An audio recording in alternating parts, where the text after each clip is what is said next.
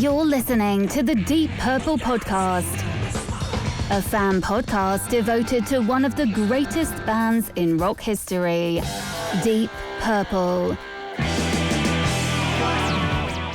Your hosts, Nate and John, cover their shared history with the band, discover new music together, and cover the farthest reaches of the Deep Purple family tree and beyond.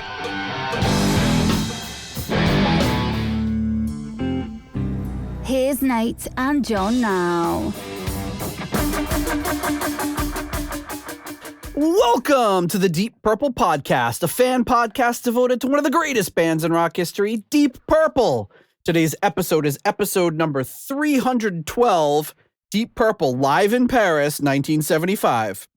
And coming to you from the suburbs of Chicago, where I'm eating a big salad, I'm your host, Nathan Beaudry.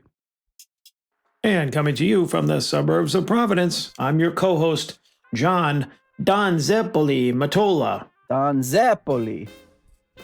Well, that was yesterday, but hey, anytime's a good time for Zeppoli. Oh, that's what is it? Is it Zeppoli Day yesterday or something? Yeah, St. Joseph's Day. Oh, right, St. Joseph. Sorry, we were all busy celebrating your least favorite saint, St. Patrick. Yeah. As we discovered that John hates all fake Irish food that we eat in America.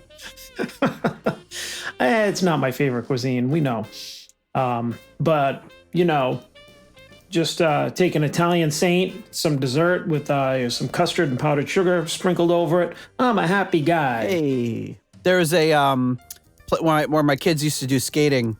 There's a business called Zeppoli Restaurant Supply, but a bunch of lights were burned out on the sign, so it said Zeppoli Ant Supply.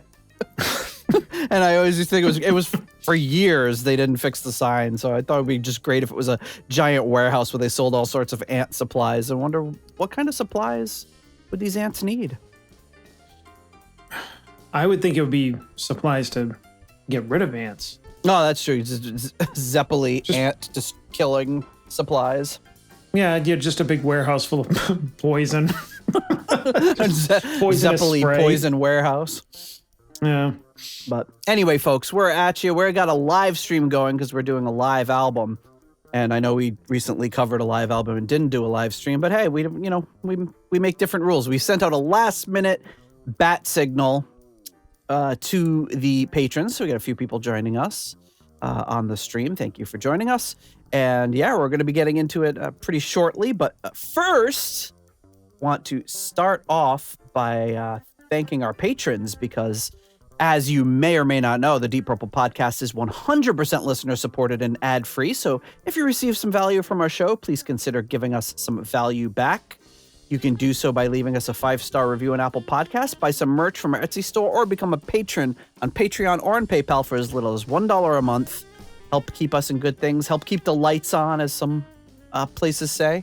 We really appreciate it. Any help towards our overhead costs. And speaking of patrons, at executive level, coming in at the in memoriam tier, the wonderful late Gerald Jerry Kelly and family. At the $25 uncommon man tier, we have Ovis Nakfi and Purple Maniac. At the 15 squid tier, we have Alan.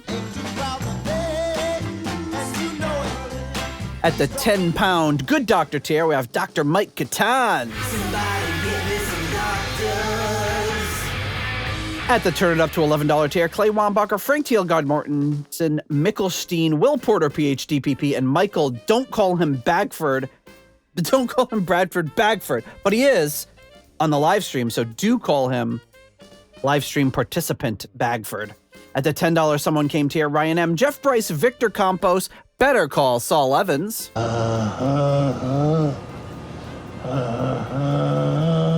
And Peter from Illinois.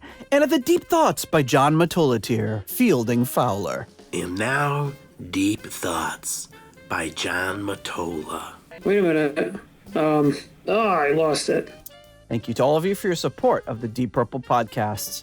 A couple things are ratings episodes. One of the things you get as a patron is access to our live stream, so you can join the fine fellas on the live stream right now. And let's face it, they're almost always fellas. You also get access to our rating spreadsheet, and you can vote in our ratings episode. Our next ranking episode is Machine Head, Deep Purple's Machine Head, a little album you may have heard of. We need your rankings by May 5th, where you rank all the songs from favorite to least favorite, and then we do a big patron live stream and discuss the album. And you also get access to our patrons only Discord if you sign up. So thank you so much to all of you. So we do want to jump right into the music because we got a nice long action-packed concert coming to you. But first, Postcards from the Edge of Connecticut. And this time they are coming to us from Connecticut. Now, we've got the Connecticut contingent on the call right now. These I found in my work bag the other. I was digging around. I'm like, what are these? And I'm like, oh crap, these 2 postcards that were sent to us back in November. Whoops. So they got missed. So the first one is this. Or maybe I did talk about them on the show. I don't know how they ended up in my work bag. So the Connecticut guys can tell me, but this is White's Motel. Does that look familiar to you? No. It says I could tell it was a motel, but it looks like every other air conditioned. A big sign that says it says they have 23 modern units with all conveniences, TV, carpeted floors, individual air conditioning, and thermostatically guest controlled heat. So I guess that means the guests control the heat rather than them. It sounds familiar, although I think that one of the other ones that you did was like Wendy's or something. Like there was a Wendy's nearby. That was one of the things their claim to fame. Well, either that or it was in the picture. We're like, oh, and look, there's a Wendy's in the background, or so you can have dinner there or something. This one is in Gettysburg. Oh, 407 minutes ago. So that's White's Motel, and that. I didn't read the card. Nate, here is a nice place to rendezvous with John for you. That part sounds familiar, and it's from Pete, the Gardeau. I mean, all this stuff sounds familiar. And here's another one, a Christmas card featuring Rory Gallagher. I think you might have done these. This will be Postcards from the Edge remix. We're doing reruns already. So this is a Christmas card from Mark Roback. Oh, that's probably why. It was probably like hanging up with my wife probably hung it up with the Christmas card, so maybe I never talked about it. But it says, hey, Nate, now here's a statue of a guitarist I like a little in the square of the town he was born in, decked out for Christmas. Happy holidays, the Roback. And it says Town Center, Ballyshannon, County Donegal, Ireland. I was lucky enough to visit this spot during my trip to Iowa. That's the note he put on there for everybody, and I got the special. I gotta say, if I haven't said on the show before, Mark Roback, excellent handwriting. Very, very nice handwriting. All right, I wouldn't expect anything less. Not from the Roback. So yeah, that's all the agenda items we need to discuss before we ship off to the main episode. But before we get started, just like a few little things about the concert. So this is April 7th, and this will be coming out on the 50th anniversary of the concert to the day when this episode goes live. So that's exciting. This was recorded on April 7th, 1975 in Paris, France. This was one of 3 shows that was recorded that would go into the makeup of Made in Europe. The first being April 4th in Graz, Austria. The second being April 5th in Saarbrücken, Germany, which was the majority of the show. But to this day, that show still has never been released in its entirety, although you can get Graz and Paris. So this one is there's a potential bootleg of the Saarbrücken one that's got like 4 songs on it, and it's like called like Deep Purple Live, like it was super descriptive. But that's the only one that seems to feature any recordings from that episode. It's been kind of one of those white whale releases that people have been waiting for. So this was released a few times. It was released in 2001 by Deep Purple overseas, and then it was released in 2012 as an expanded 2 CD version, which is this one right here. It consists of the 10 tracks that were played during the show, as well as a 1975 interview with Coverdale, Hughes, and Pace. So, with that, we ready to get into it? Let's go. You say no or we got go? a lot of ground to cover here. Let's go. Let's go. Okay. Here we go. Paris, 1975. Woo! All right. All right. How are ya? Woo! It's good to be with you.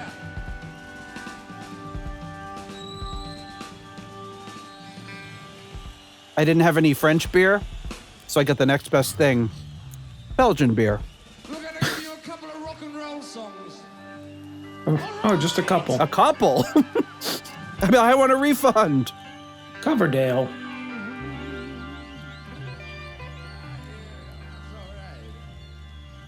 Kids from cocaine. Oh.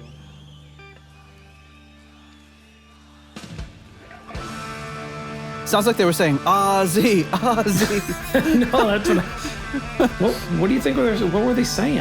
I don't know. It's probably something French. Ozzy? Ozzy, mon Dieu.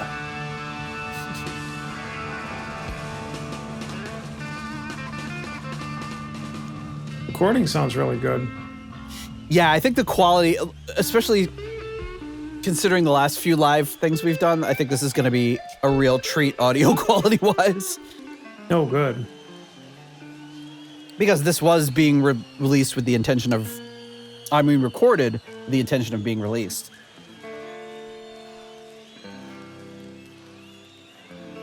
You appreciate that they didn't edit anything down, but you're like, well.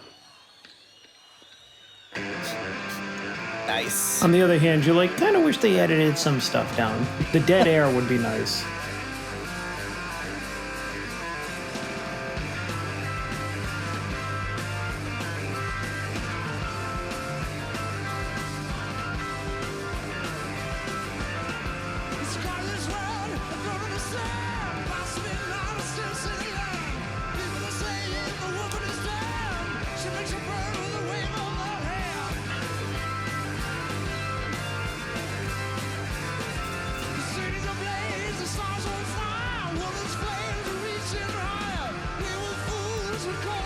There we go. You know, that cover looks really familiar. I feel like that's a CD in my collection. Yeah. It's a great picture of Richie.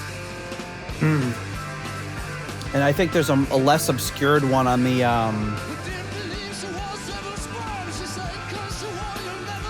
and scroll through some of these pictures while some of these are a little small. Yeah, that's the CD tray right there. So you see Coverdale wearing the California Jam shirt in the background.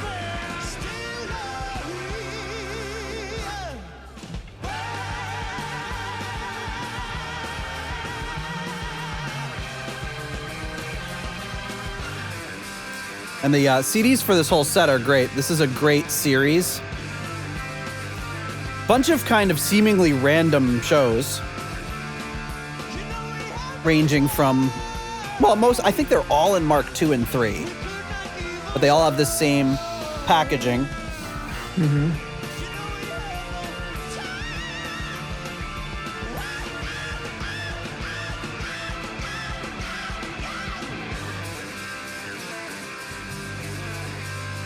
Go back to the original cover here. There we go. But they all have this kind of packaging where they city, the year, and then the names of the people from that mark.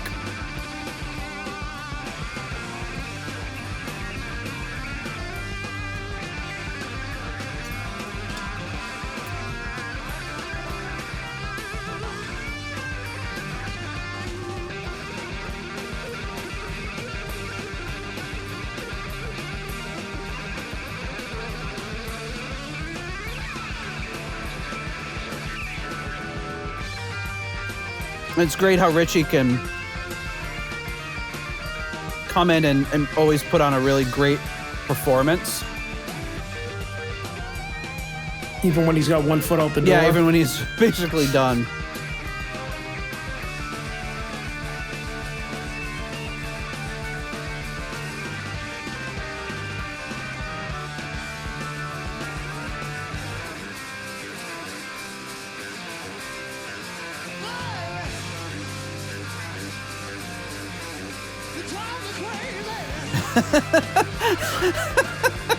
Where did that come from? I love how he defaults into regular Coverdale when he's like, even though it's a song about a witch. He's like, oh, this witch is driving me crazy.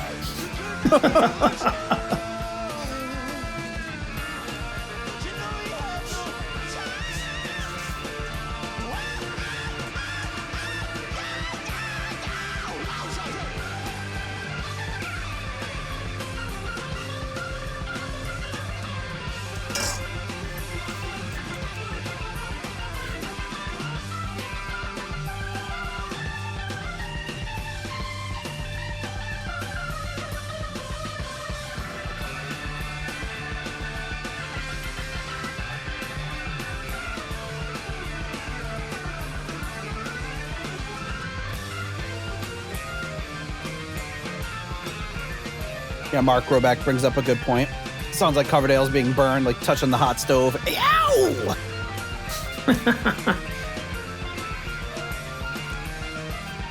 John Lord's organ doesn't sound as distorted and heavy as it usually does.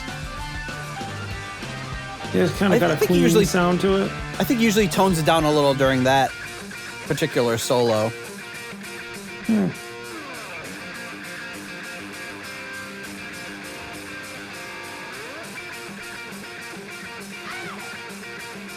It's interesting looking at how this song evolved from the album to California Jam, which was early on in their tour for the album, and then going to this, which is the last performance that they would do with Richie.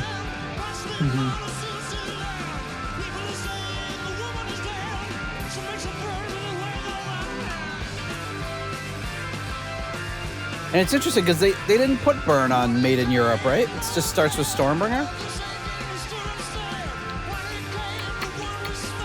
I can't remember. Well, it starts with Stormbringer, but... Oh, no, wait. No, it starts with Burn. I'm crazy. Yeah. It ends with Stormbringer. That's what I'm thinking. Okay. Yeah, I never really thought about how odd that album is because it's just kind of a snippet of a set. Yeah, it's only 5 songs. I mean, it's like... It's like made in Europe. It's just more like slapped together in Europe. Shoddily assembled in Europe. But it feels like, to me, they should... It's good to be with you. Oh, it's good. What's going on over there? A couple of new songs for you. We're gonna play a variety of music ranging from rock to roll. Arranging. We've got a song for you. This is the title of the last album. Hope you like it. A song called Stormbringer!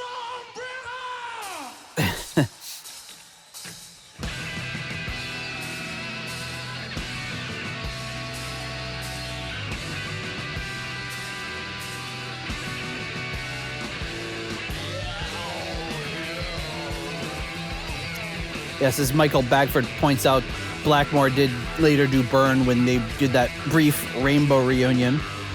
And Mark Roback commenting on the God Bless Ya. It sounds like the show's over. And it's like his stage banter. We've talked about it before at this point, where he's like saying all this obvious things like, oh, we're going to play some songs for you. A few songs coming up from some of the songs that we have.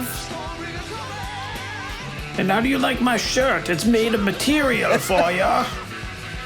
It's very vague.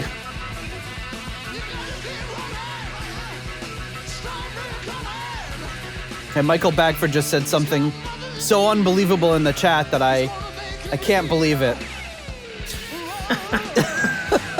Like, it's like one of those things. I can't remember right now how that theme goes. Because my nieces used to watch it a long time Michael ago, Bagford, so it was burned into my brain. Michael Bagford, are you joking or is this for real? I mean, I guess it would make sense because his daughter and son would have been young at the time. Yeah. But what he's saying is that they teased the Peppa Pig theme during Smoke on the Water when he was playing with Rainbow. I wouldn't put it past Yeah, maybe him. he did it for his kids, you know?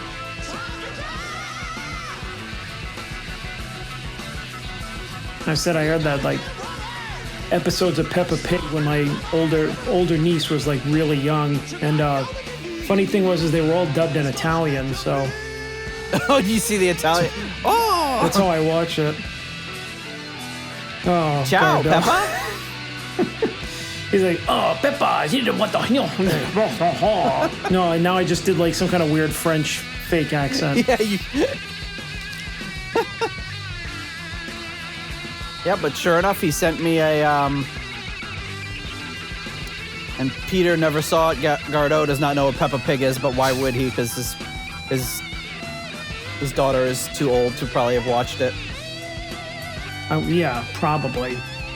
But our UK listeners will probably know because it is a British show. But yes, it says here in the encore, Smoke on the Water, including Peppa the Pig main theme. You know, it's funny because I've seen that a lot. In fact, just looking at the Made in Europe, it says Mistreated, interpolating Rock Me Baby by B.B. King. Mm-hmm. But it's just funny to see that. And then also the Peppa Pig theme.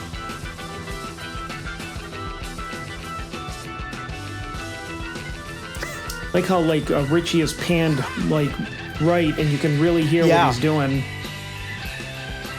Yeah, I would say, like, the separation between the organ and the guitar is much more Yeah. noticeable on this than on any of the albums. So go buy the CD, Gardo. What? He said, stop talking over the music.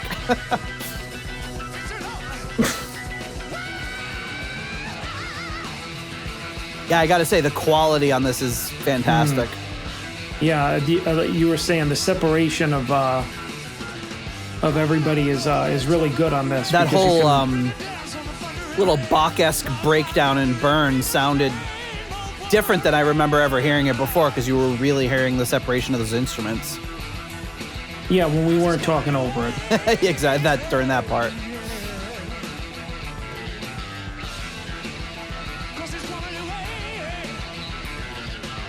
I always keep meaning to listen to Made in Europe, and then the Graz show, and then the Paris show. What I should do is just line up all the versions in my audio workstation and see if I can determine which are from which show, because there's never been a really great answer to exactly which songs go into Made in Europe. It's a gas to be in Paris. I love it.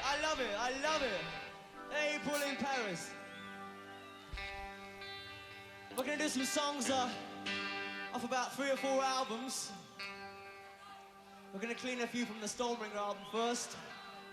This next song features Richie and Ian. Woo, Mercer. This one's called The Gypsy.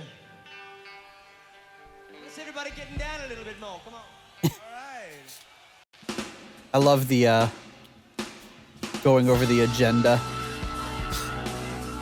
with the crowd. First, we're gonna do a little bit of this, and I don't know if I really. This era, I never really liked the both of them having stage banter. Oh, yeah, that was Yeah, it's like kind of pick bothered me one. because always like, hey, here's a song for you. Woo, yeah, I can talk too. I'm the singer too. Well, it seems like they had a pre-agreed upon. Oh yeah, I'm sure that they did. I didn't think that he was like cutting in. It would be with- great if with there was Coverdale's clear permission, tension. but- Well, I was just but gonna say, mean, but it's just like no, you go first. It's like a bad No, Zoom well- call with the delay. No, what were you gonna say? No. Oh, no, I'm sorry. You first. No. What I was saying was, And then he drops the microphone. No, you just tell him.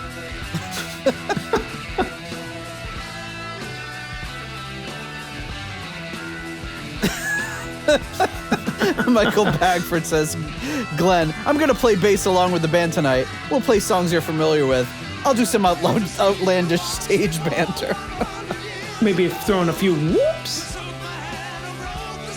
I have a feeling we're in store for more than a few whoops.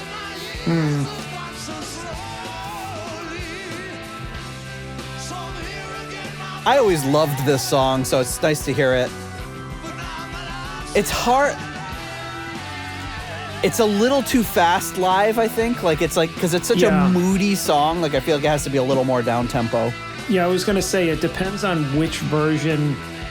You know what I mean? It's like across the board, you're not gonna hear all great versions of the song. I think you hit on it. It's got to be played at the right speed. Yeah, and I think like if you rush through like an up-tempo song like Stormbringer or Burn, it doesn't come off as rushed as a song like this does. But this is the last live performance of the song by Deep Purple. Wow. And there's 3 more that we'll hear in tonight's performance.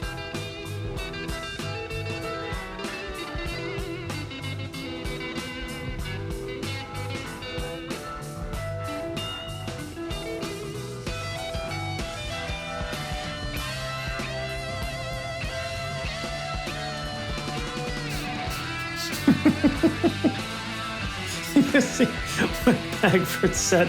He might get to hear the song under all this talking. Sorry, I'll be quiet.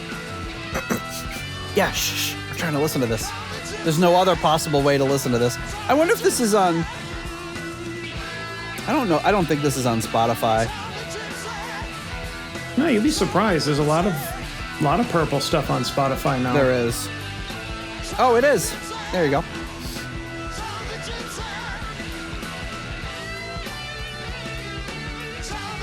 We should do like, I like this part's kind of cool. Like this little different part here.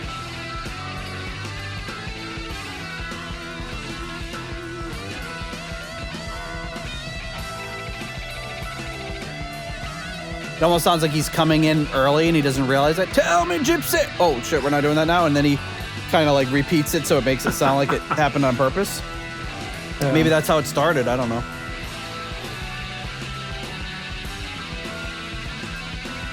I like Richie's playing around this time. How he always doing that. Yeah.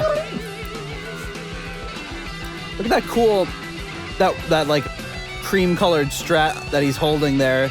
It's got the scalloped frets. It's beautiful. Yeah. I don't know if that's the one he still uses.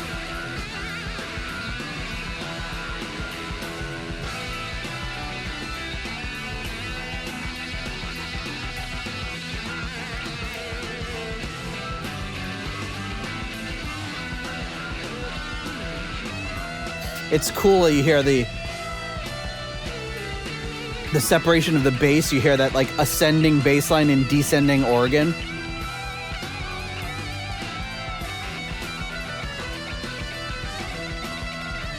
Yeah, I feel like the bass is more centered. Yep.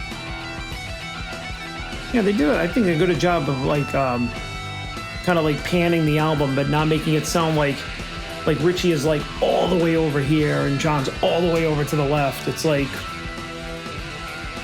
yeah, I feel like just you got to do that to some degree for a live CD, so it gives you that live feel.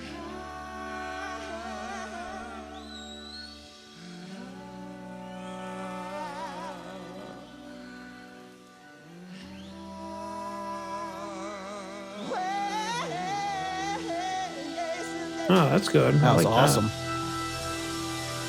Oh, acapella Husey and Coverdale.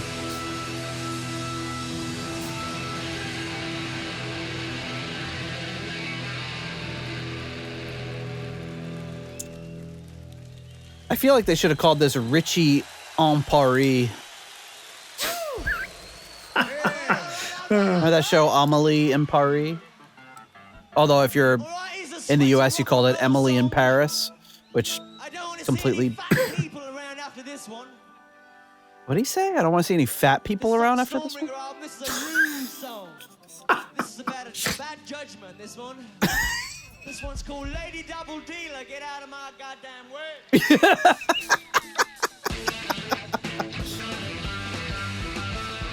I think he said, I don't want to hear any fat, I don't want to see any fat people after the song. Well, by your own admission, Nate, you should leave. I know. them. Sorry, guys. I'm out. That's why I was eating a salad.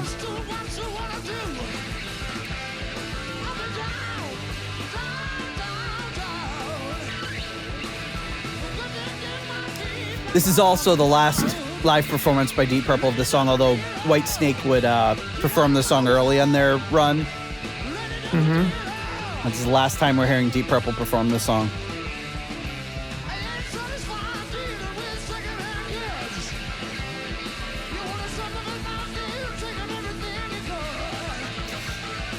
I like this song. Yeah, this is another one. If you rush it, it's not a big deal. Well, it's actually better if it's Yeah. rushed a little bit. So this is another one based on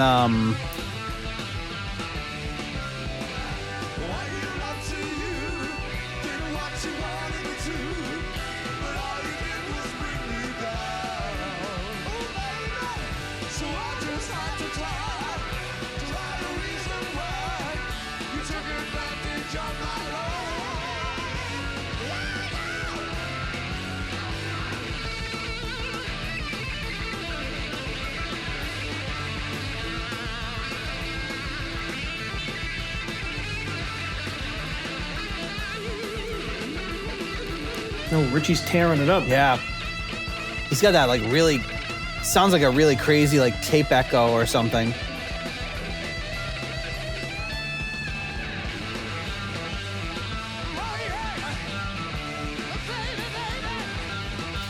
But I was saying, based on Glenn's fat comment, he does talk about how after the show he encountered Richie in the bathroom and he was like, he had just done like a bunch of cocaine and he felt like really self-conscious because he knew Richie hated that. And he was just like, oh, hey, it's been really good working with you. It's like kind of bringing him down from his high. I think it was in his book. He mentioned it.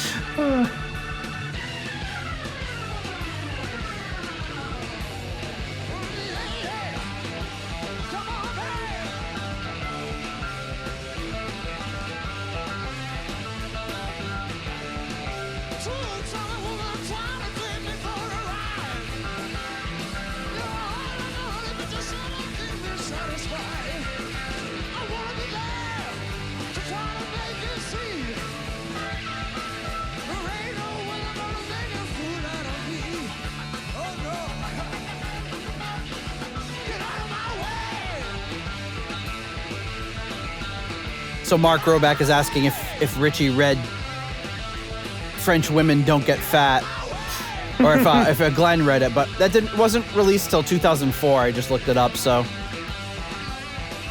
he probably wasn't aware.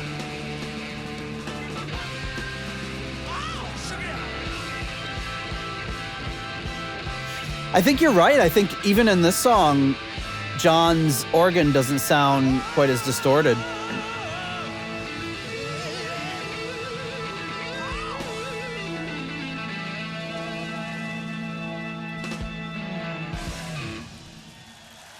Why don't French women get fat? Is it that Mediterranean diet bullshit, or?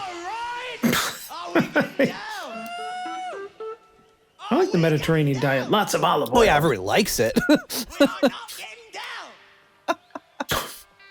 Jesus, Glenn. Security, remove them. They're not getting down. This features DC and Richie Blackamore. This is off the Burn album. This is a blues song. This is about being abused, confused. This one's called Mistreated. This is also You shake your thing a little less. you're not getting down or shaking your thing enough.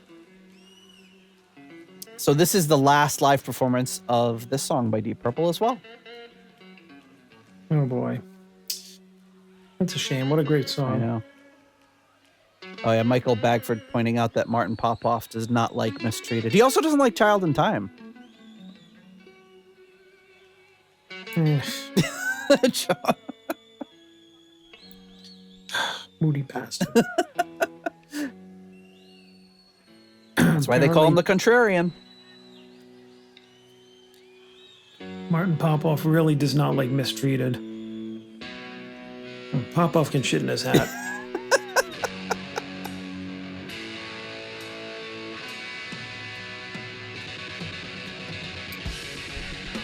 See, I celebrate that he doesn't like Mistreated or Child in Time because that's probably the opposite of what he wants. I think he likes being the outlier. That was kind of a shortish intro. Yeah. Shorter than I'm used to with Mistreated. Maybe it's because like the last few times I've seen Mistreated have been Glenn doing it live, and he does a really long version, about twice as long as the version we're going to hear right here. Oh wait, am I looking at the right one? Oh no, never mind. This is long-ish, but not as long as Glenn does it.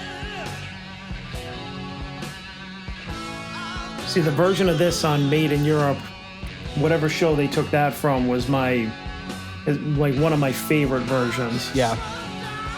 Probably my favorite before the studio version. For me, it's California Because- Jam. I don't know if it's because that was... I still to this day can't remember if I heard the Burn album first or California Jam first. Yeah. But there's something about that performance and the visuals, seeing it with those visuals, and it's just unbelievable. Yeah, there's something about just a lot of these shows with the visual with the music really helps in making it something that we go back to. And when he goes to that really quiet part where he's doing the volume swells and like the wind's just gently blowing his hair, it's just like, and you can just hear how quiet it is on stage. It's like I know you love I'm it. getting goosebumps right now just talking about it.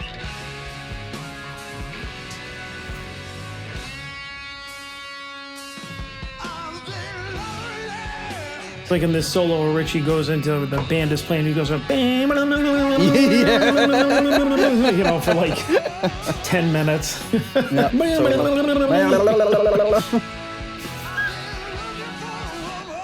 Hey, I mean, you know, it's funny when I'm doing it, but it's awesome when he does it on guitar. Yeah, exactly. If you were describing that to somebody who had never heard it before, oh, this is awesome part, and he goes, oh, that sounds great, yeah. I'm going to put it on my list right now. I'm going to look that up so I can watch it. Sounds great. And then they're going to turn around to their friend and be like,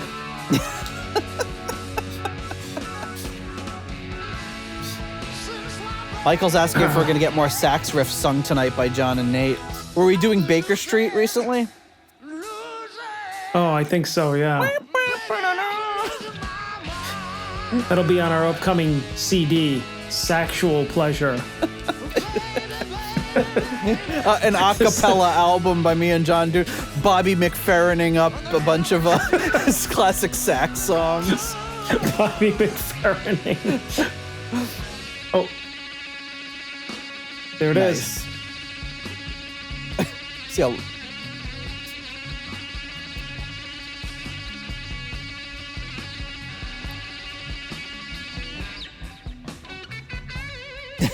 So good.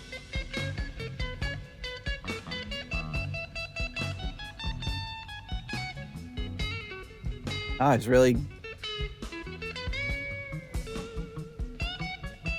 I love those, like, really, like... It's almost like pizzicato that he's doing on the bass. Yeah.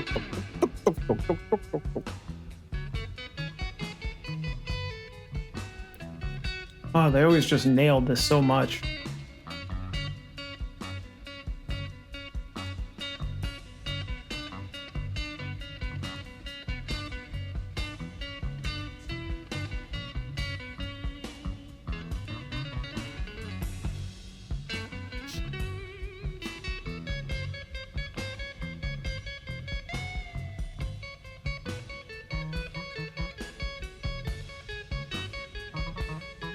Ooh.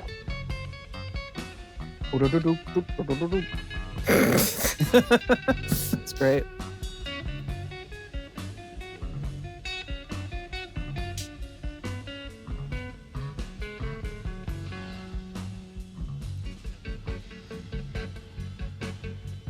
So one of the things that gets mentioned is in Made in Europe, they'd sweetened it up a little with some crowd noise because you can't hear a ton of crowd noise other than between songs. Good. But there's this like one loop that you can hear that kind of you can recognize a Made in Europe. Yeah.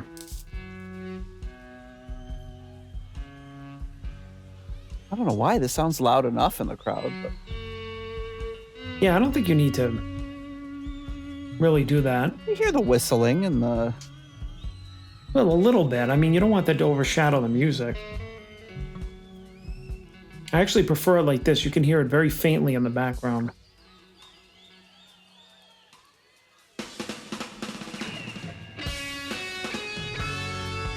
nice. I wonder if the people there knew it was being recorded. 'Cause, you know, a buddy of mine was on in the studio audience for a show that was being recorded, and he like made sure at a certain point he made like a weird sound so that he could he could always know where he was on that thing. So it's like if I knew I was recorded, there'd be some time where I go whoop, whoop, whoop, whoop, woo, or like some, you know, just so I could you hear that crazy sound? That was me. There was Nate curling it up on the live album. But yeah, my buddy was on. He was in a live studio audience for the show Red Dwarf, which our UK listeners will know.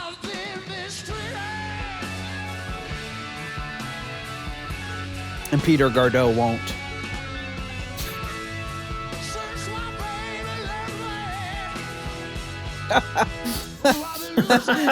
Michael Bagford asking if anyone's done the Wilhelm scream on a recorded. Yeah, just play it on like a bullhorn or something.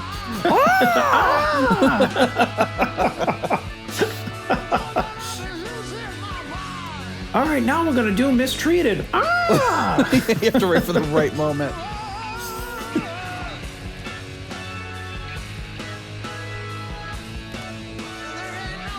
I used to have an app. I had an app on my phone that would do.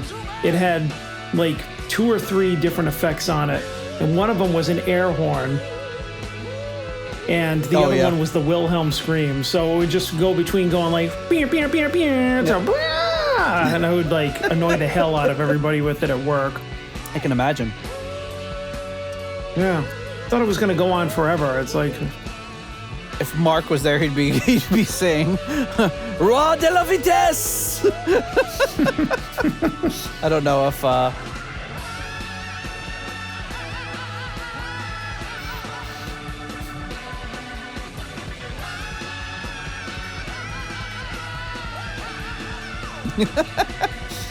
Hughes is going crazy. Some of the Oregon.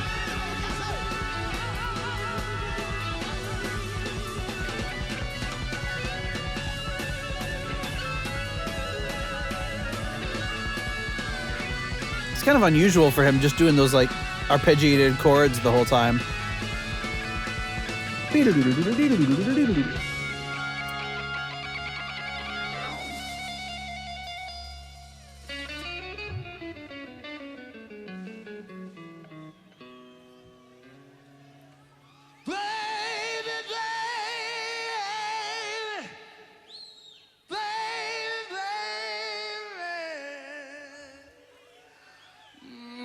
don't you come on home?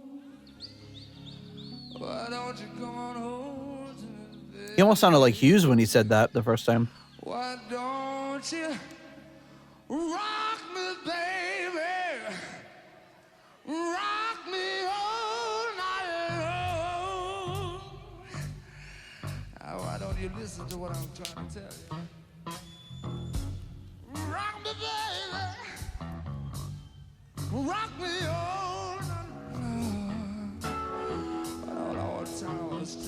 turning into like a funk song. Well, that's what Hughesy does. Turns everything damn funky.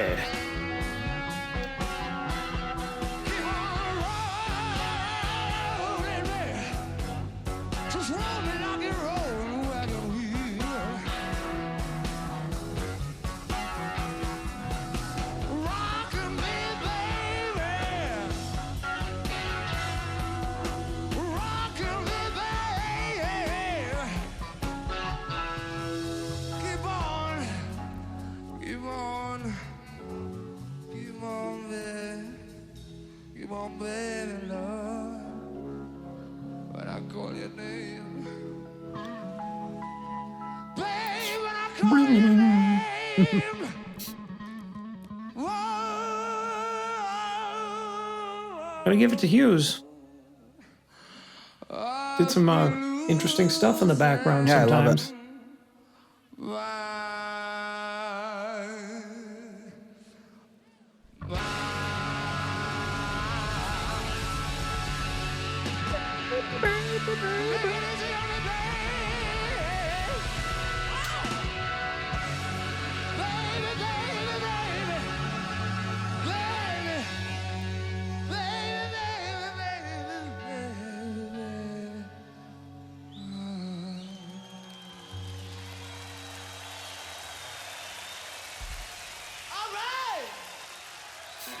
God bless you.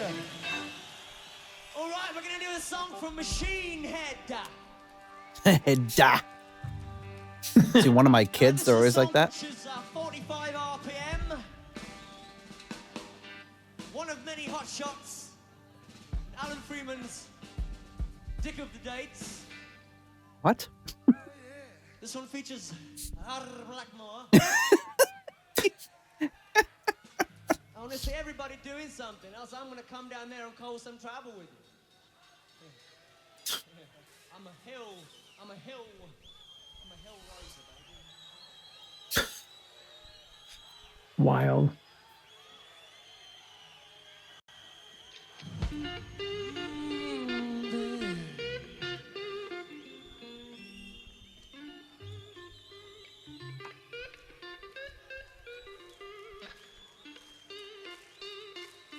I would have liked if he kind of pulled a Rod Evans. This is from our album, Machine Head. Yeah.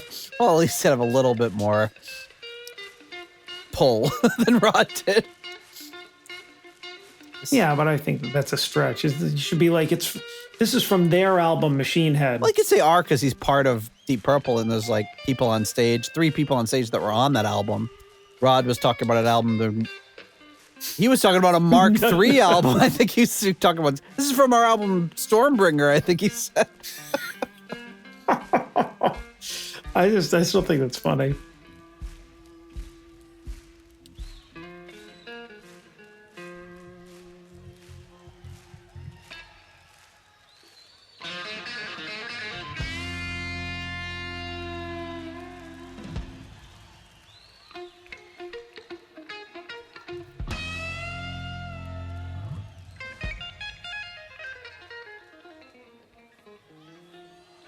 So what a trickster.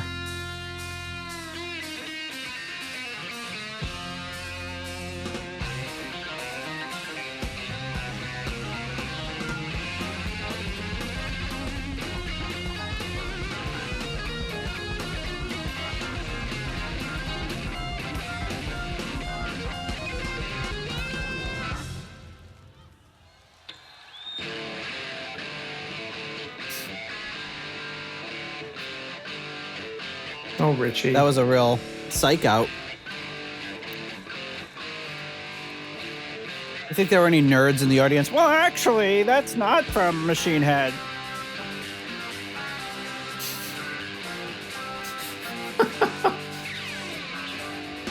This is also the last time that Deep Purple would ever play Smoke on the Water. Yeah. Little known fact, they never played it again. Who? Deep Purple. Oh, get out of here. Yes, they did. Stop it.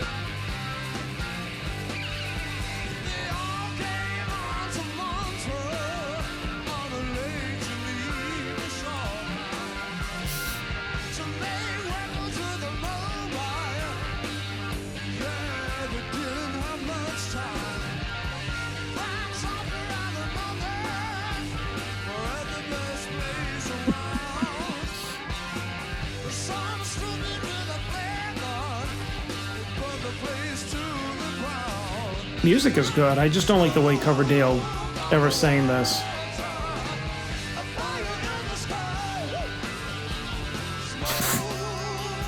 A fire in the sky. Woo! Come on, Now, baby. Give me some of that smoke. Glenn sings the next line, right? I think he sings the next verse, yeah. Next verse. They burned down the gambling house. It died with an awful sound. But Monte Claus was running in and out.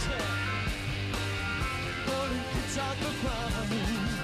And when it all was over, we had to find another place. Out. 'Cause the worst time was running out. It seemed that we would lose the race. I feel like Hughes's vocal style would have suited the song better, but I still don't love how they just kind of change the phrasing and everything. Yeah, it's tough to I deal don't with. know. I don't know. Just my personal I think Hughes' range works better on it, but preferences. he's doing a lot of. He definitely Hughesifies it quite a bit. Yeah, it's just not to my personal taste. But I mean, the music's sounding great.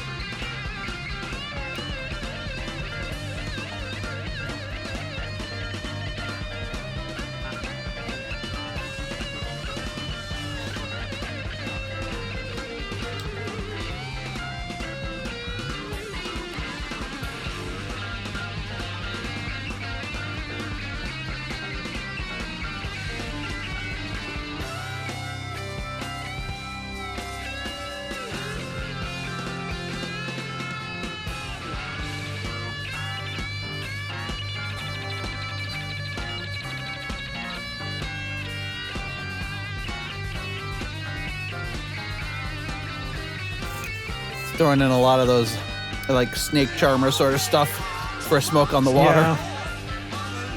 And he's just like, I just learned the Phrygian minor scale and feel like that would work well here.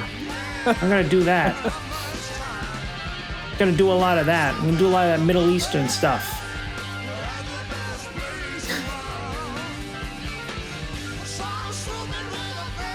It's weird they do the first verse again rather than going to the third verse. Yeah. Maybe because I don't think they played that one on the radio really. The third verse.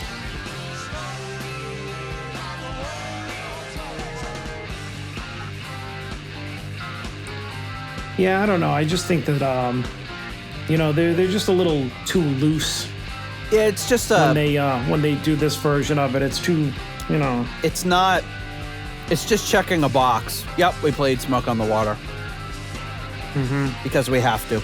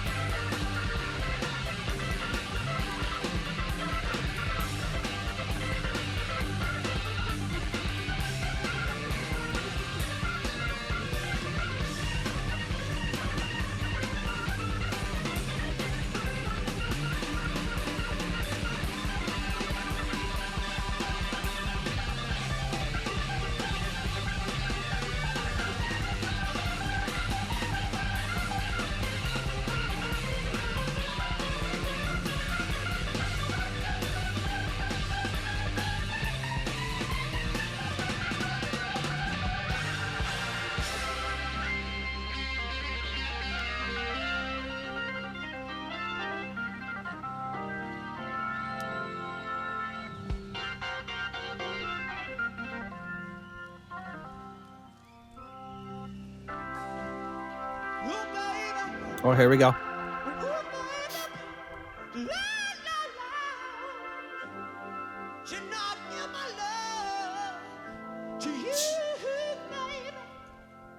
Why don't you love me too? Let mama love my few. Save me, baby. Save the world. It's gone so badly.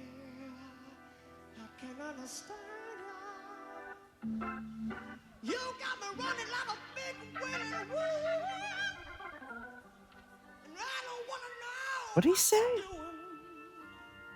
You better get your gun. You better get your gun. It sounds like you got me going like a something, like a big something whale. I would be surprised. Now it's a little help from my friends all of a sudden. Yeah, it just turns into a full-blown, like, Motown jam.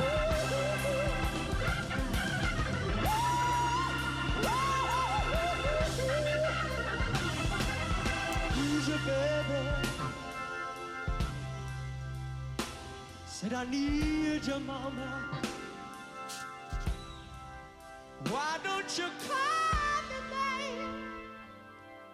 Why don't you call me, baby?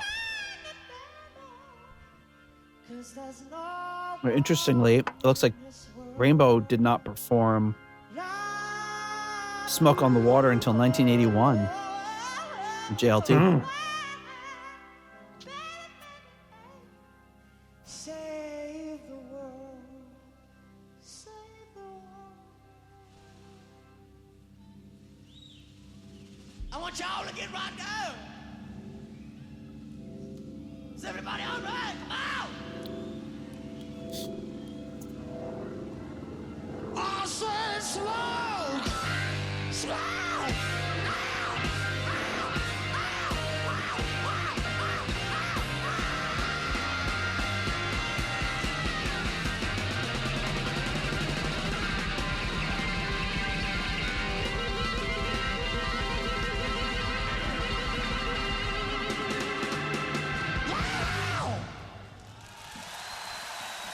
Yeah, I don't know if I dig that whole smoke.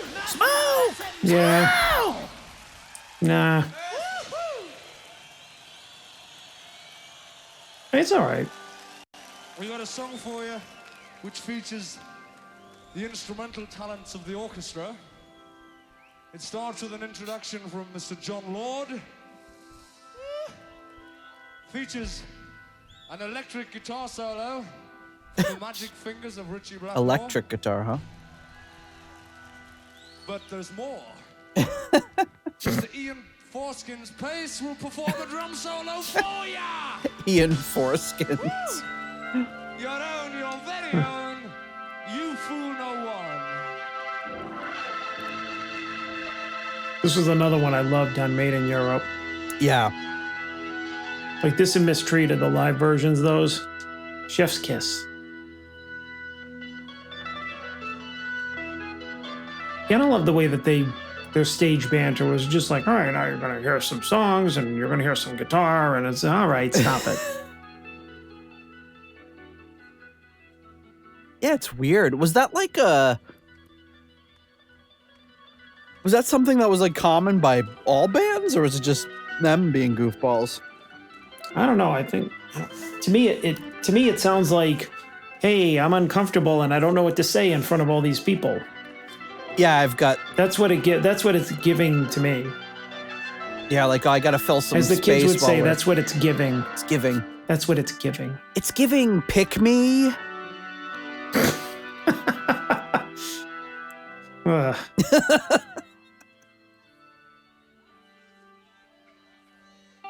Yeah, Michael Bagford has the best explanation I've heard, which is maybe big people back like concerts was so new, people didn't know what to expect. Like, what's gonna happen now? Is a bear gonna come out riding a bicycle? No, we're gonna play some more songs for ya. Oh, okay. They had to explain everything.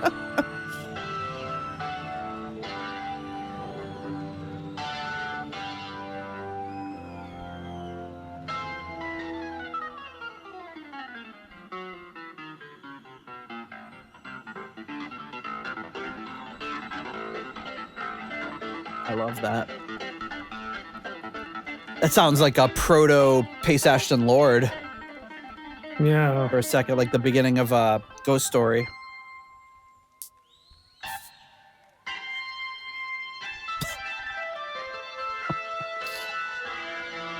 Mark is implying that they were still sensitive from the Blitzkrieg, so they didn't want to surprise them. Oh my God, they're doing another song! Why didn't they warn me?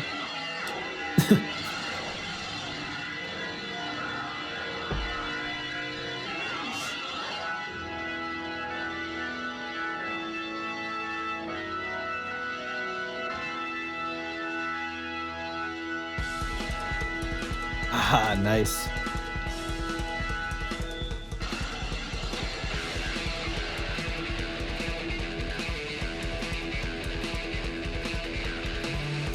Sounds very Zeppelin right now. Be quiet. Ah! Oh, you just ruined the song for me forever. Well, this is better. Song's better than that one. I know it's not a contest, but Deep Purple wins.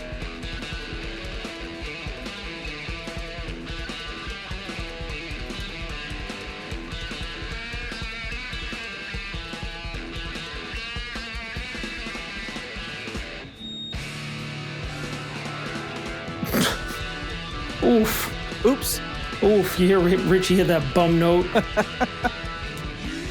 Yikes.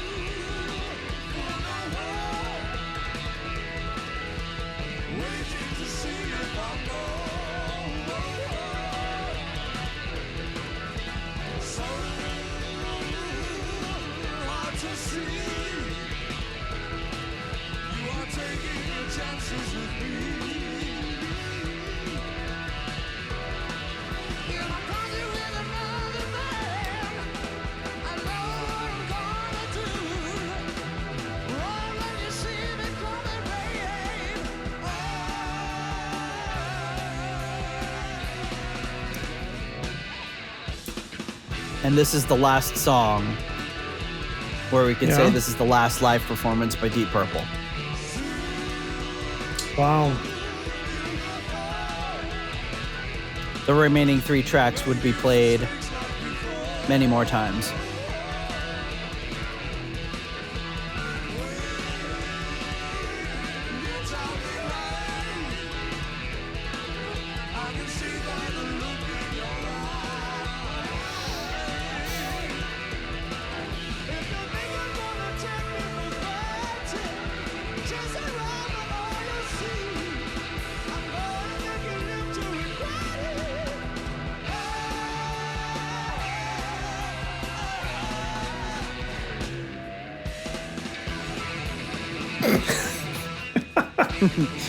Sounds like Richie just let go of the guitar for a minute. Oh, John's doing some interesting little like harmony lines there.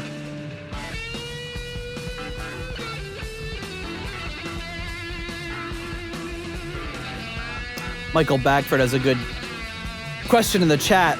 Would Mark IV have been able to pull this off, or would it just have been a mess? They should have been able to.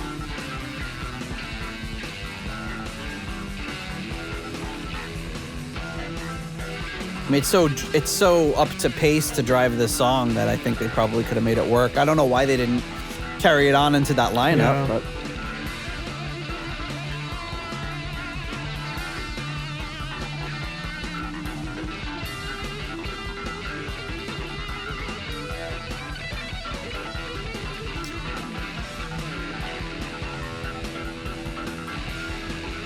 man, his Ooh, I like that. I don't know if that's clav that he's playing, but it's awesome.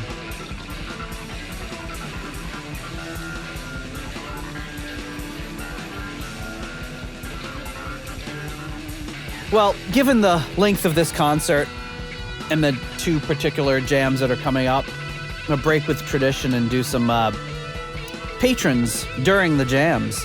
Patrons during the jams. We got some folks to thank for supporting our show. At the core level, at the $6.99 new nice price tier, we have Spike the Rock Cat and Sugar Tea.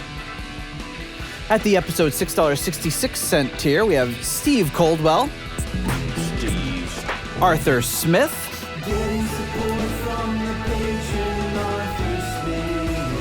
Anton Glaving. Pain in the glaving! And Charles Meadows.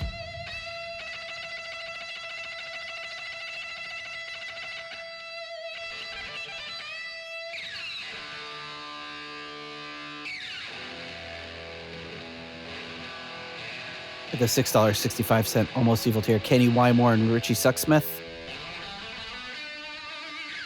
The 70 Norwegian kroner tier, Kai Rune Johansson. Olsen. Oh boy. At the $5.99 Nice Price tier, Robert Smith and Carl Hellberg. The 60 kroner Scandinavian Nights tier, Knut Morten Johansson. The 550 euro tier, Merlin Rota.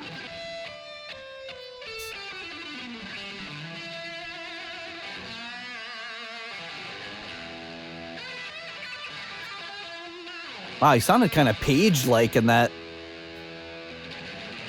Sounded like Jimmy Page, which I don't think I've ever thought Gretschy sounded like Jimmy before.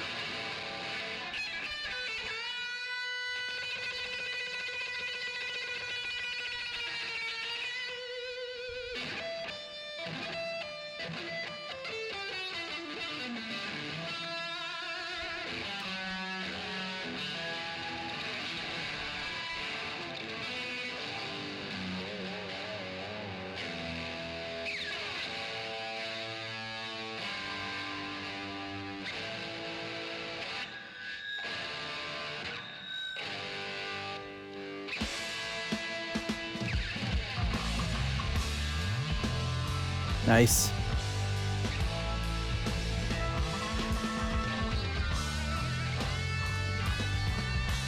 Yeah, good shit.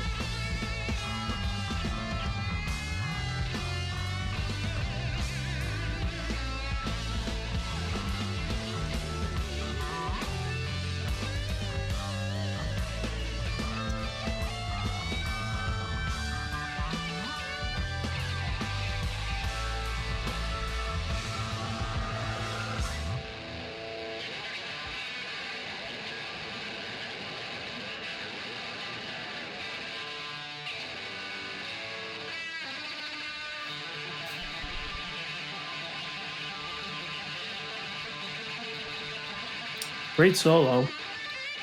Almost identical to the Made in Europe one.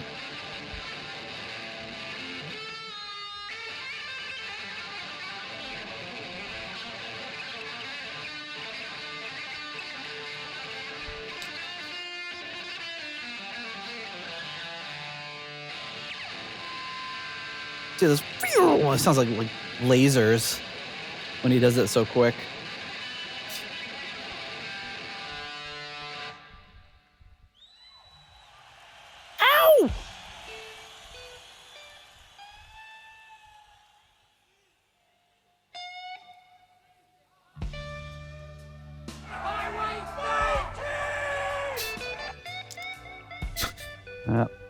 Can't please everyone. Me back for that wondered if Mark IV could have pulled off this song. I would think no. I think they could. Even if they were in top form at that point, which all of them were not, I don't think that this is Tommy Bolin's wheelhouse.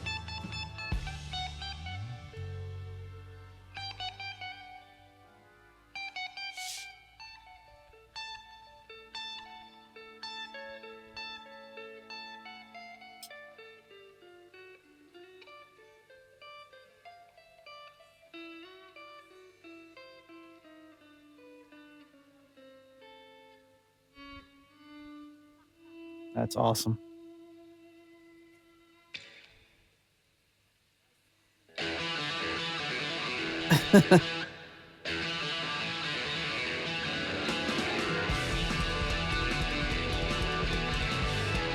$5 moneylender tier, John Convery, German Heidel, Adrian Hernandez, Jesper Alman, Alexei, The Perfect Stranger Slepikov, Kev Roberts, Percival Frequency, Scott Zerns, and Cynthia Doobie.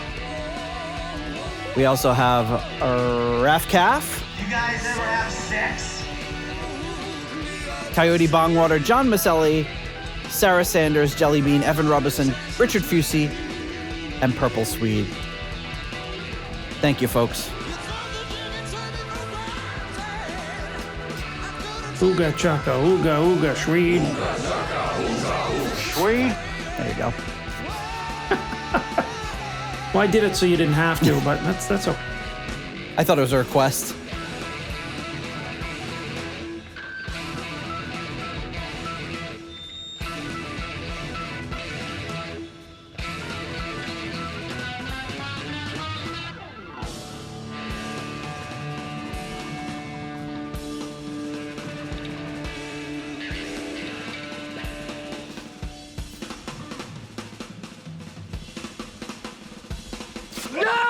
Kelly Clarkson! Let's figure. Just put in some of the things I couldn't get to during the.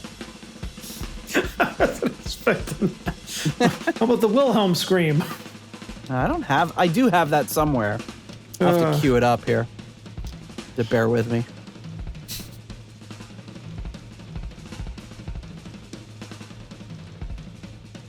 Every self-respecting audio engineer has the Wilhelm scream somewhere on their computer.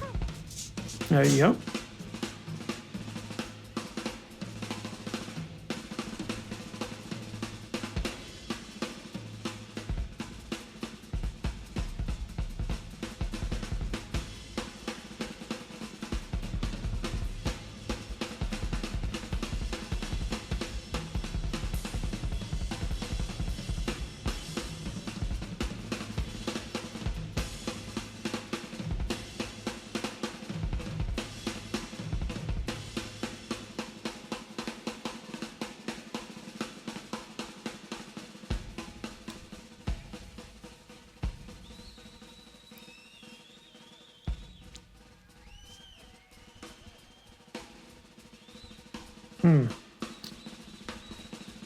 I don't know. I thought the Purple album, Gardot was just talking about how this song is good on the Purple album. Yeah? I thought it was interesting, but I never go back to it. I was Coverdale clearly after his prime. And I mean, you don't need to redo these songs, in my opinion. Right. But it was fun. It was interesting. It was interesting. Have to bring the volume up a little on that one.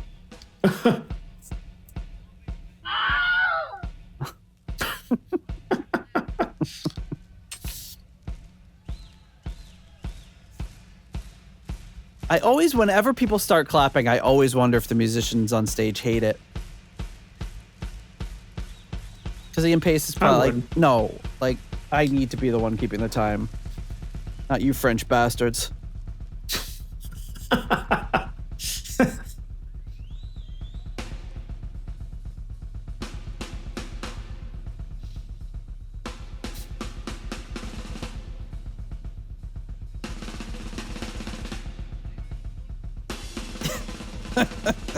I missed in all that craziness. I missed Michael's comment when I stopped the music. He said I never had that problem when I produced bananas.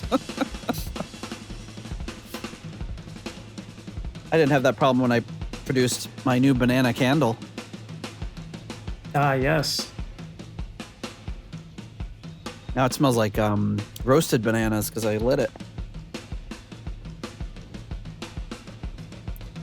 Classic. Leave it to Nate. He's committed to the bit. I am. I commit to the bit. Yeah, the Youthful New One, I don't remember the one specifically on the Purple album, but my main memory of the Purple album is thinking it could have used... I just remember I think Stormbringer is the first song on it, if I remember correctly. Mm-hmm. And I just remember thinking, like, there's no keyboards. It was missing something, you know? Yeah. Is the Purple album getting covered on the show? Of course. Eventually.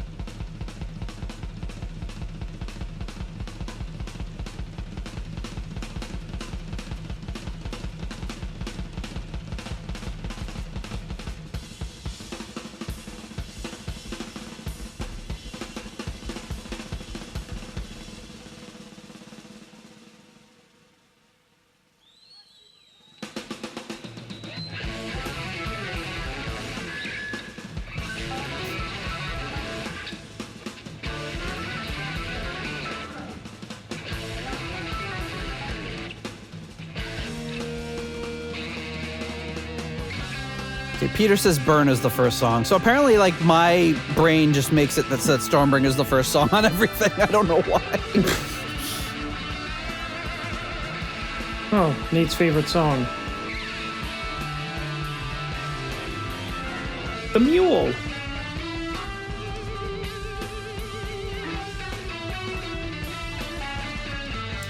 I always like it live because it's short.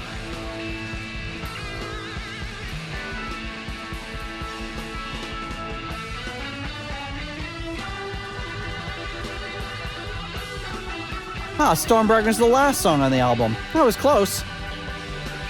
Yeah, close but way off. I was only off by 13 tracks.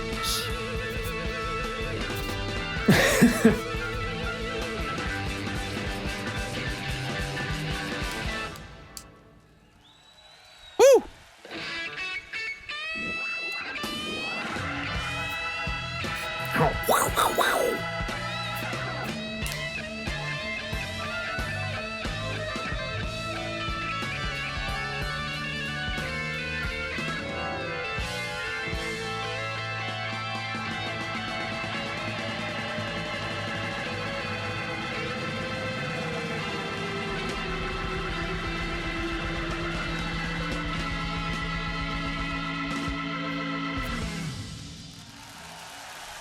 Thus concludes CD1.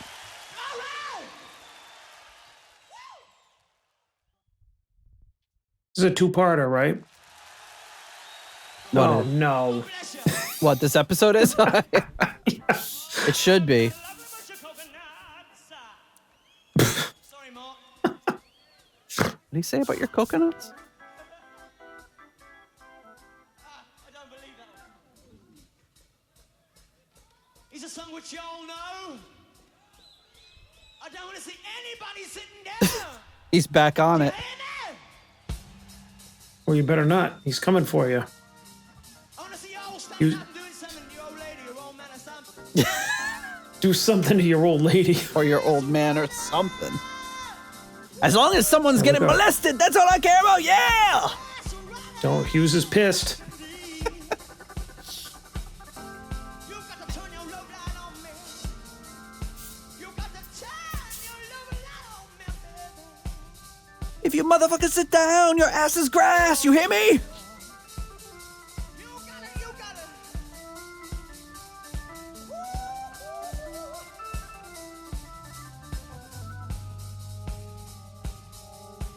They don't do that at Deep Purple shows anymore because most people are confined to a some sort of motorized cart or something. Come on. Keep on having fun. You got to keep on having fun and rock and roll. Joey. All right, so here we go. Oh, here he goes.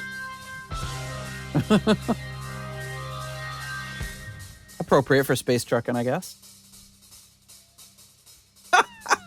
Mark Walker.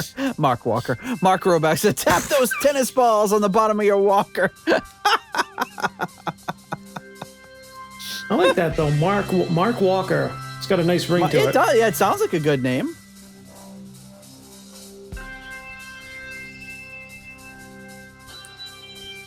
This actually works really good with the space trucking symbols. Yeah.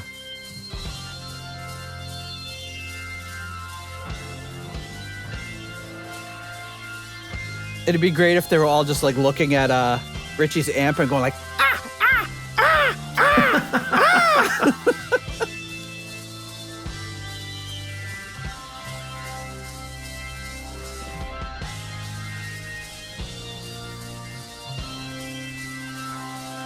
I like this. yeah, It's really cool. This is great.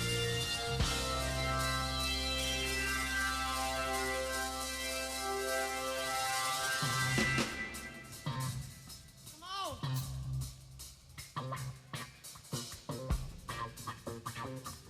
I always wondered about the Uh-oh. tennis balls on the bottom of the walker. Like, Anybody, you can dance. I know y'all can dance.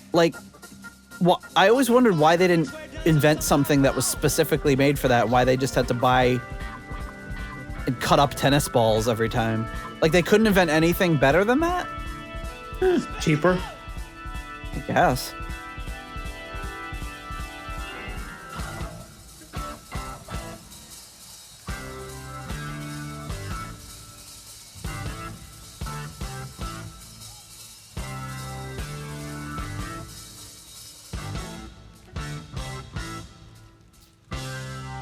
Another summer came and went, and we still didn't record our space truck again like you did last summer. Maybe we should get together and do that for this summer. We need to make that happen.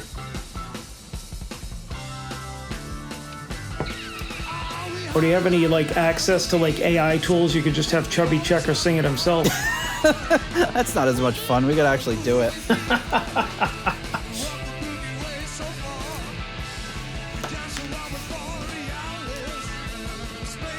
Michael Bagford is contemplating that Richie may have done a great prank involving screwing with somebody's walker.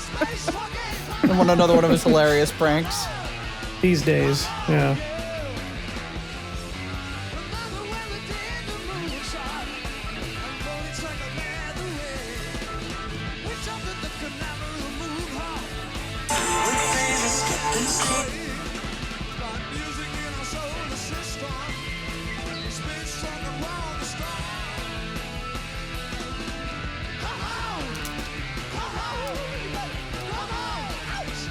Just wondered, does Coverdale ever make Space Truckin' dirty like he does with Highway Star? Did you hear that? He didn't go, ow! He went, ouch! Did he? Oh man, I missed it. He went, come on, ouch! Probably like tripped over a mic.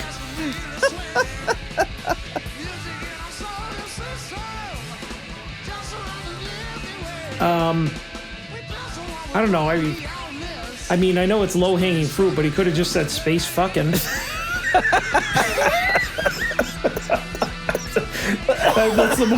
the most obvious. It's so obvious. I don't know why it never occurred to me before. And there's a lot to say about Uranus too. You know we've been around Uranus.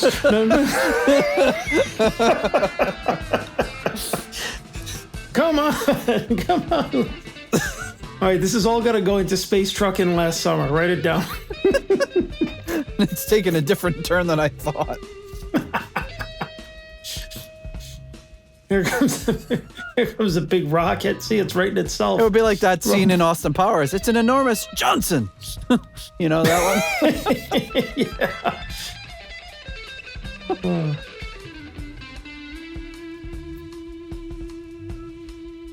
Oh, shit. Ooh. Good stuff. That's kind of The Johnson Space Center. Roback is coming up with a bunch of gold here. Yeah, let's start writing this stuff down. But I feel like if it's like in the style, because I tried to put one together last summer in the style of Space Truckin', but I feel like if you do it, we have to do it in the style, more in the Chubby Checker style. Yeah. With like a saxophone solo. And it's gonna be like 2 minutes long with a saxophone solo. A saxophone solo doing like a Bach fugue.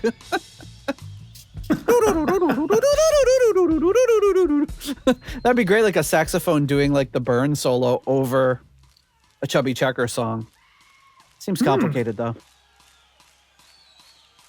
Has anybody ever done sweep arpeggios on a sax? It's like the Woody Allen thing about the playing Flight of the Bumblebee on the tuba. He blew his liver out through the horn. That's still one of the funniest things I ever heard. I know. It's great.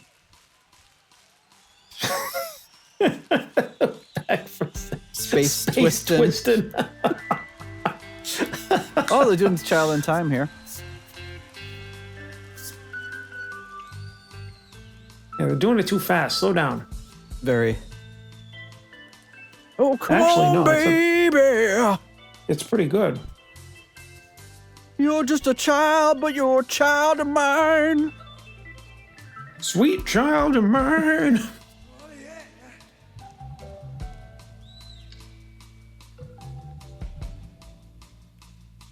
That's pretty cool, doing a little bit of up-tempo.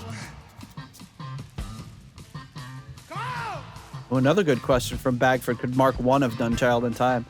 I wonder what Rod would have done. Rod couldn't have, obviously. He would have gone, he would have done the, you know. He would have, like, done that low operatic thing. Yeah. He would have crooned it. He could have absolutely done the verses. So what's the song where he gets real low?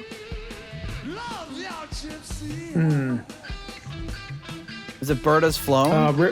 I think it's River Deep Mountain High. Well, yeah, he does in that one, but Berta's Flown, he gets real low. Oh yeah, when the bird has flown. When the child in time. Like you could do like a really it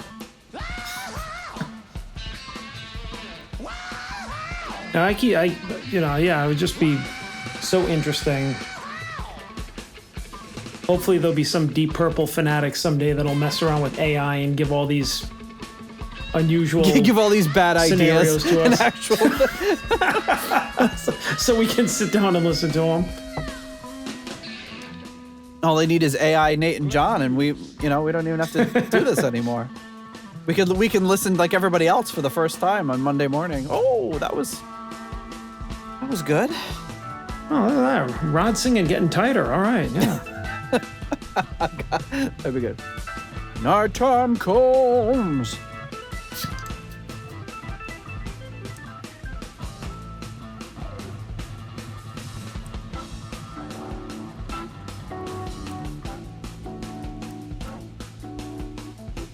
So I ordered this Richie Blackmore pick. It's not like actually his signature pick or anything, but it's like in the style of him. It's that tortoise.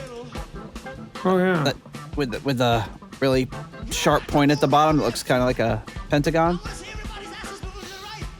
It's really it's really thick. It's like it's very. I don't know how Richie uses it. I've been practicing with it. It's kind of cool. So that's like what the style of pick that he always used, like, but back then or now or? Yeah, he still does. Yeah. Oh. And he didn't really give them out. He wasn't flipping them out like Yngwie. So like they're hard to get. Like one of his picks like this is like you can maybe find for like $200 on eBay. Wow. But it's by Pick Boy.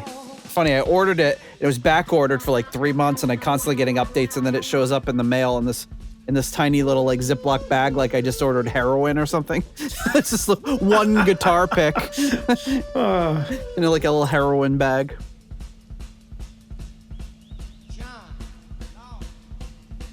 John, loud. I like that.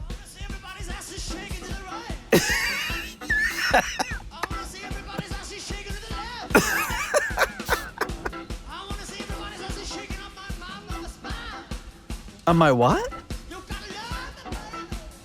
So like on his mom's spine? That's what I heard. On this fine brother's spine, it sounds like he said. Or mother's. Yeah, that is a clip we need to isolate. You're right. I'm gonna have to write this one down. You got a lot of stuff to write down there, buddy. Get going. I need a few everybody's asses clips from Glenn. I want to see everybody's asses shaking to the left.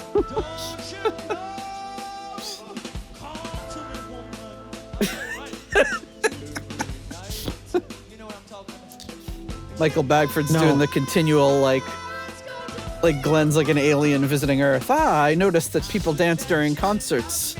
It may involve the shaking of the buttocks area. Yeah, the ass shake direction is like, how can you shake it just in one direction? Isn't that just like moving it? Isn't the shaking imply back and forth?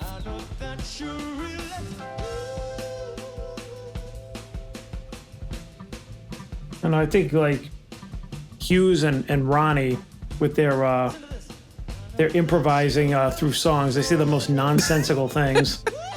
It's like if you're trying to follow the directions in the audience, you just get very confused, frustrated, sad.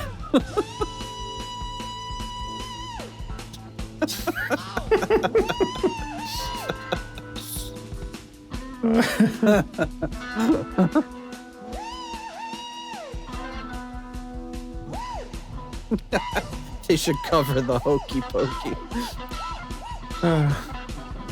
Everybody shake your asses to the left. Shake your asses to the right. All right, people, now we're going to discuss the cardinal directions your ass should be shaking in. Then we're going to play a few songs for ya.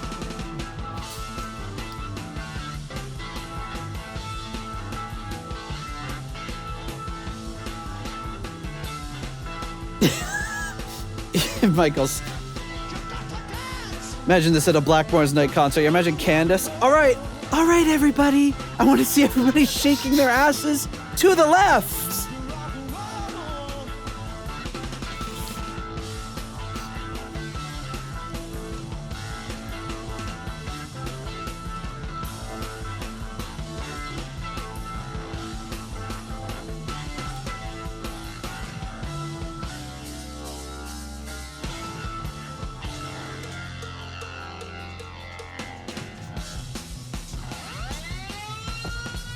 Oh boy, here we go.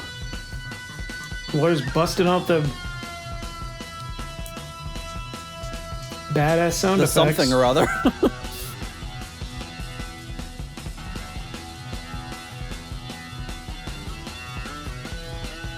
Oh, it's like, yeah, it's like it's something on the Moog, but I don't know. It almost sounds like an organ when it's playing just one note.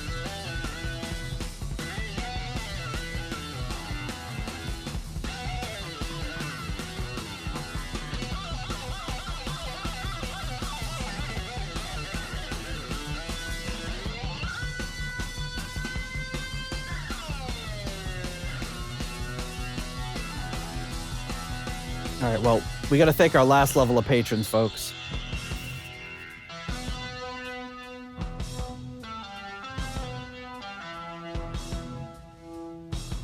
We're getting into Nova documentary territory here, which is some of my favorite, but at the £3.50 Deep Purple New York tier, Lord Longford. The £3 Aromatic Feed tier, Simon Ford and Richard Brees. The €3.50 tier, Weston Super Rare Pilgrim. The 293 tier, we have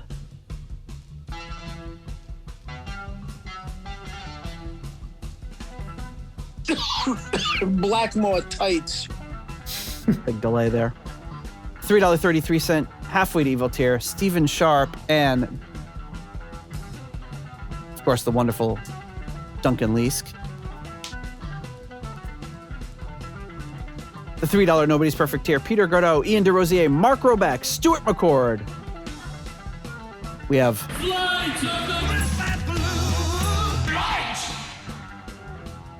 the Norwegian duo of Ivan Fjellbu and Runar Simonsen.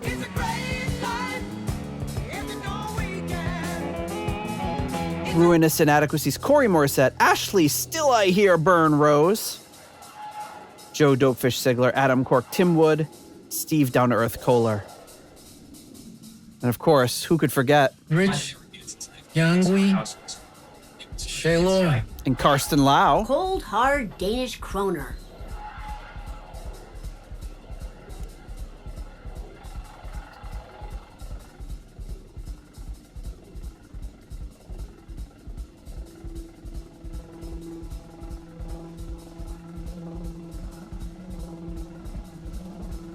At the $1 made-up name tier, we have the Smoke on the Dead Guy, Leaky Mausoleum, Stephen Somerville, the Concerto 1999 Fanatic, Hank the Tank, Private Eyes, Ashton Lionel, Zwapper, the Electric Alchemist, Anders Engstrom, ICDC, Durple Purple, David Haddam, Graham Bonnet's Disco Pants and Haircuts, Eddie Lyon, homosexual, and Sick Tone. Thank you so much to all of you for your generous support.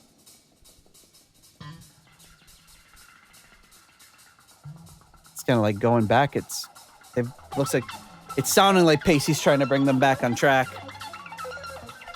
Ooh, And John Lord ain't having it yet. R2-D2, you found a cigarette.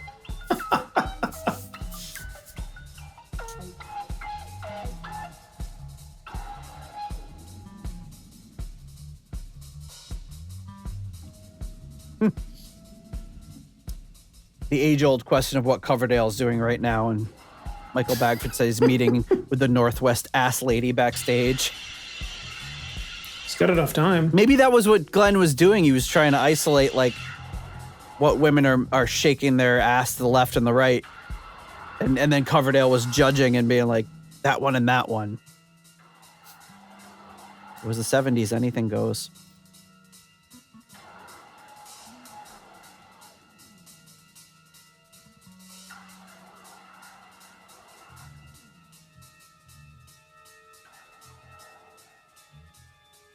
Richie's been awfully quiet, too.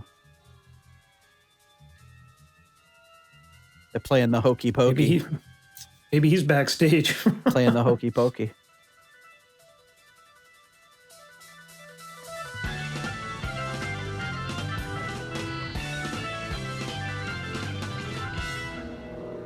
Richie didn't sound like he was ready for that one.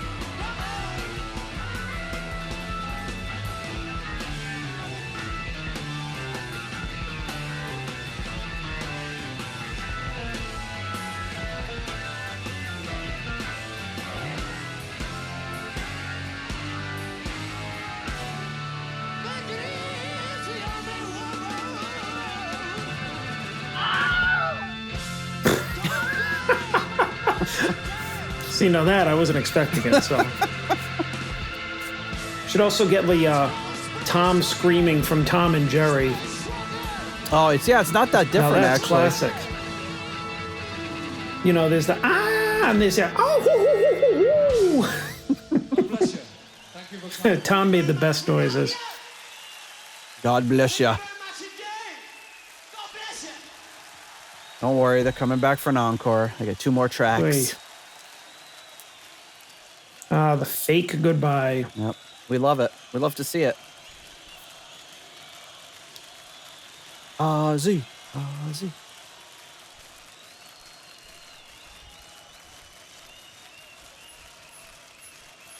Unless they're chanting purple in French accents. God bless you! I just did the stupidest thing I've ever done. What? Thank you. I thought maybe they're saying encore, so I looked up what encore was in French. We gotta, It's encore. we're gonna get what you want. Don't worry. Oh, you know, you could have just not admitted that. I know. I was like, I could not say anything and probably preserve, but I was like, you know what? It's pretty funny. These are songs that need your help. All right! Come on! So they're going into Going Down.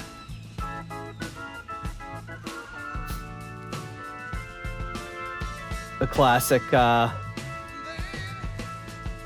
song played by tons of bands. And when Deep Purple played it, they kind of went with the Yes, I'll have my fun. Jeff Beck sort of inspired one. They also did this on Don't get well no more. what frickin' the Turning to Crime, Listening. written by Let my fun be. Don Nix. Now if I don't get well no more.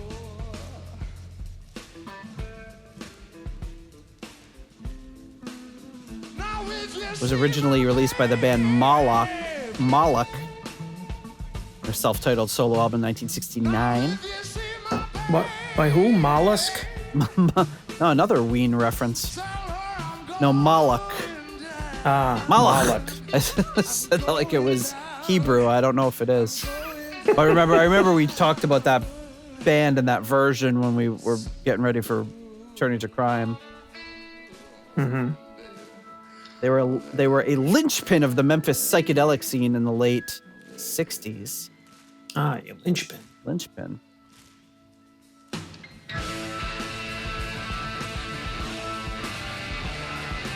Well, it is a Hebrew word, so there you go. Malach. Gesundheit. He's like a demon. Pretty badass. He kind of looks like Murray. Yes, Murray, very scary gentleman. Oh, it would make sense. I think Murray was Hebrew. Murray was Hebrew as well. Didn't we talk about that on one of the Dio episodes? That we thought Murray was Hebrew? Probably. With a name like that. Malach.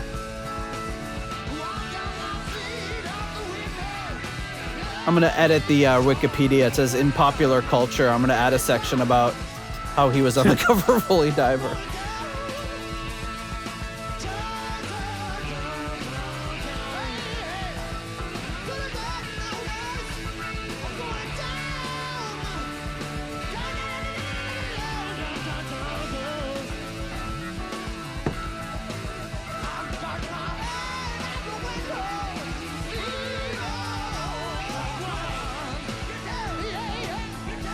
Did you ever see Fritz Lang's Metropolis?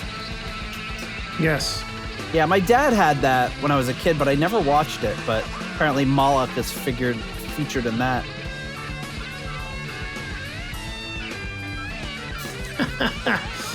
Yeah, Roback remembers us saying that Murray was a Jewish demon. So it's all coming full circle. It sounds funny out of context. A Jewish demon. It's like, oh, I gotta go out and kill people now. Oi. I just think of that. I just think of him having the same voice as like Jackie Mason. You know what I mean? Yeah.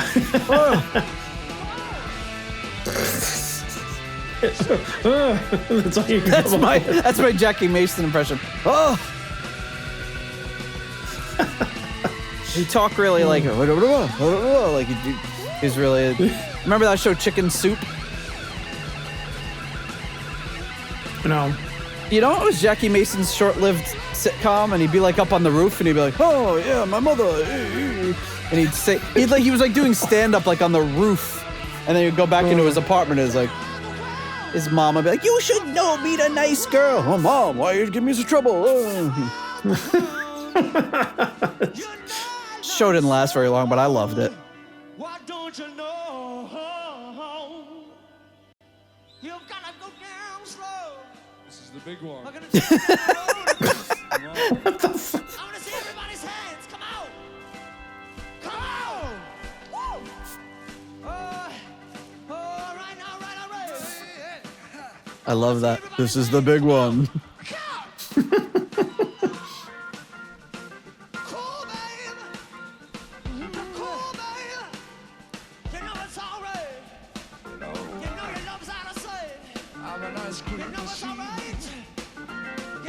Did he say I'm an ice cream machine? I mean, he may as well have. I'm an ice cream machine.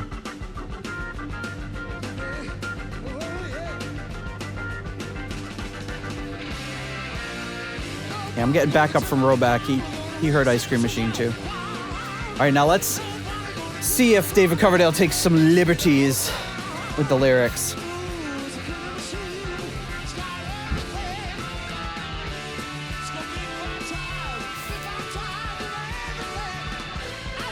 Not yet, anyway. Oh, I'm waiting for it.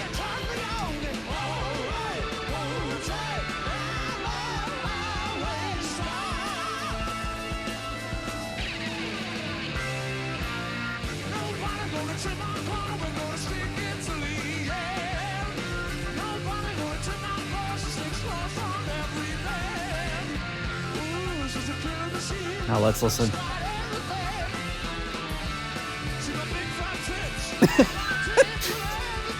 Okay. Did he say big flat tits? I think he said fat.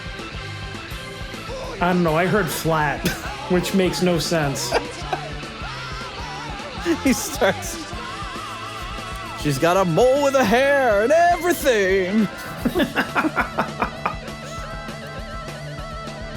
She shakes her ass to the left and everything. Oh my goodness. Oh. I love when you get those like single notes ringing out and you can't even tell if it's an organ or a guitar.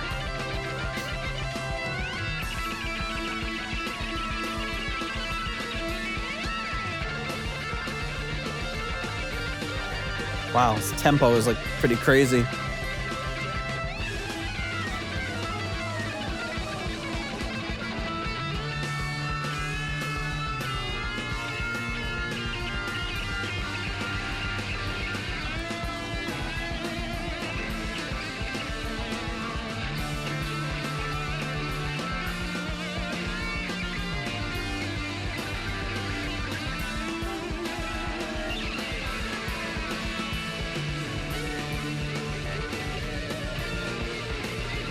So weird, like this sounds so different from the Highway Star that we know, even though it's Yeah. the instrumental part.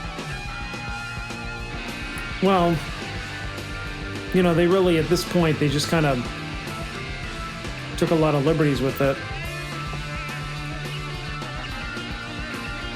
And the organ's like really loud in this part.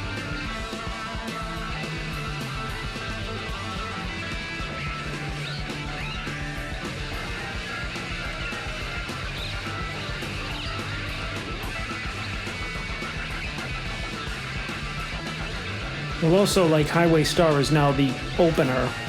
Yeah. You know, to think of it as the one that closes the show down, it's kind of weird. Yeah, it feels like we should just be getting started. Except for the fact that we've been listening for an hour and a half almost. Yeah.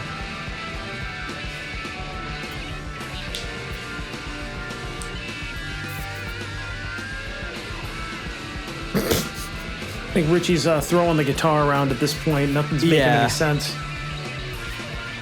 Yeah, it loses a little something in audio when, you know, a guitar is getting destroyed.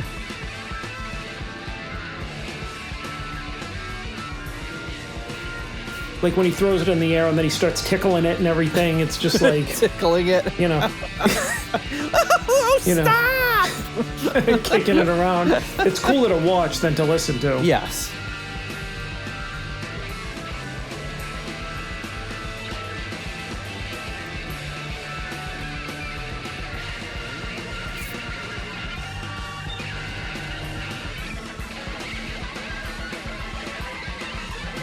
Yeah, if you didn't know what he was doing, you'd be like, wow, this guitar player was really solid on the first 9 tracks. But he's really lost it at the end. He lost the plot. It's like, who's doing drugs now? Glenn Hughes.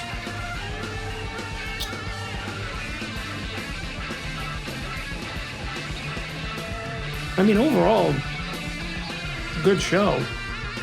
Excellent Musically. show. Excellent sound quality. Some I very, mean, even the performances, you know? very entertaining banter and little one-offs. Yeah. Well, they haven't, like, you know, degraded yet, you know? Unfortunately, that didn't happen until Hughes had a partner in crime. Yeah.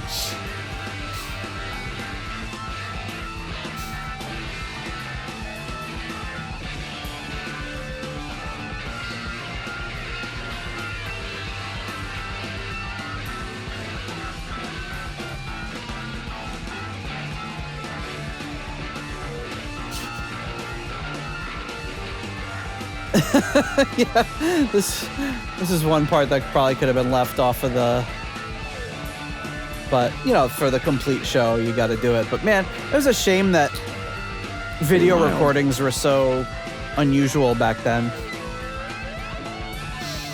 Yeah. On account of being so expensive. If this happened now, you'd have 6,000 videos on YouTube from this concert. Oh, I think he finally broke the guitar.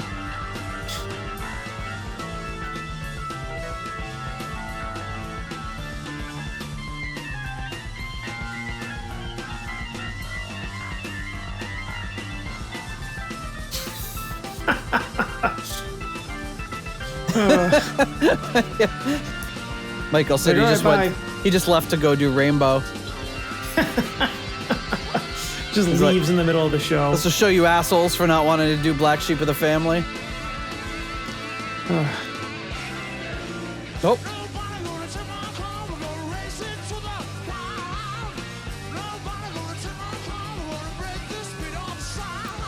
Yeah, see, this song too, I don't think that they really ever got the... No. I don't know, the right inflection for it. It's like... It's like, that's not how you're supposed to say it.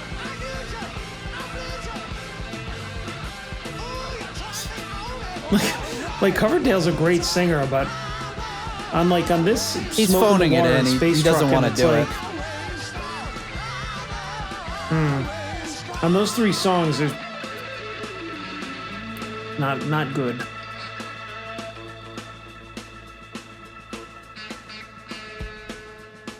Richie tuning back up.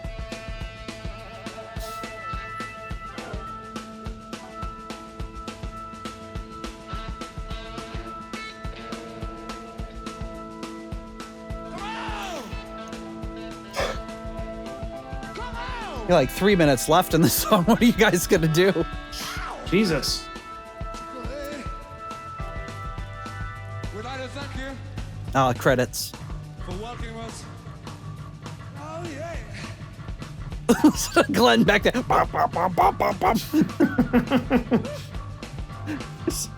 So he's just beating the shit out of his bass. Thank you for working with us to Paris.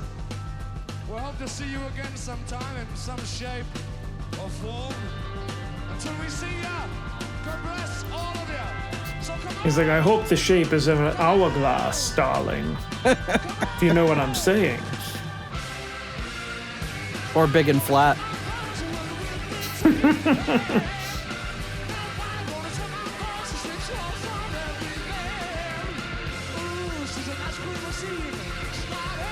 She's a what machine? An ashtray machine? He said big fat nipples and everything.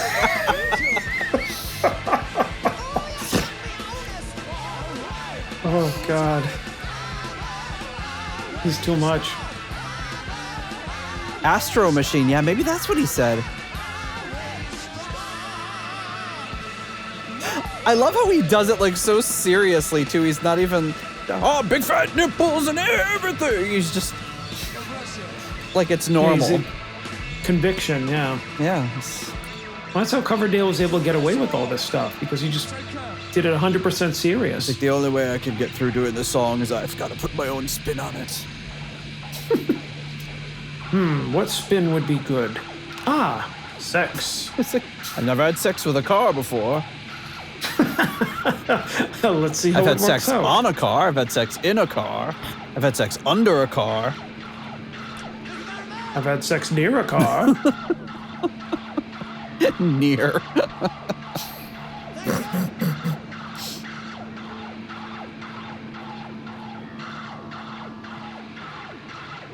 Oof.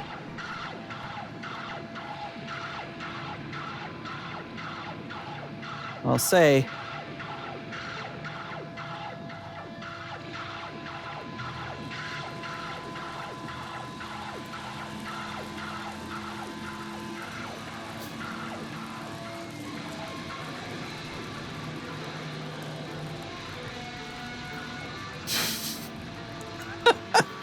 Little anticlimactic.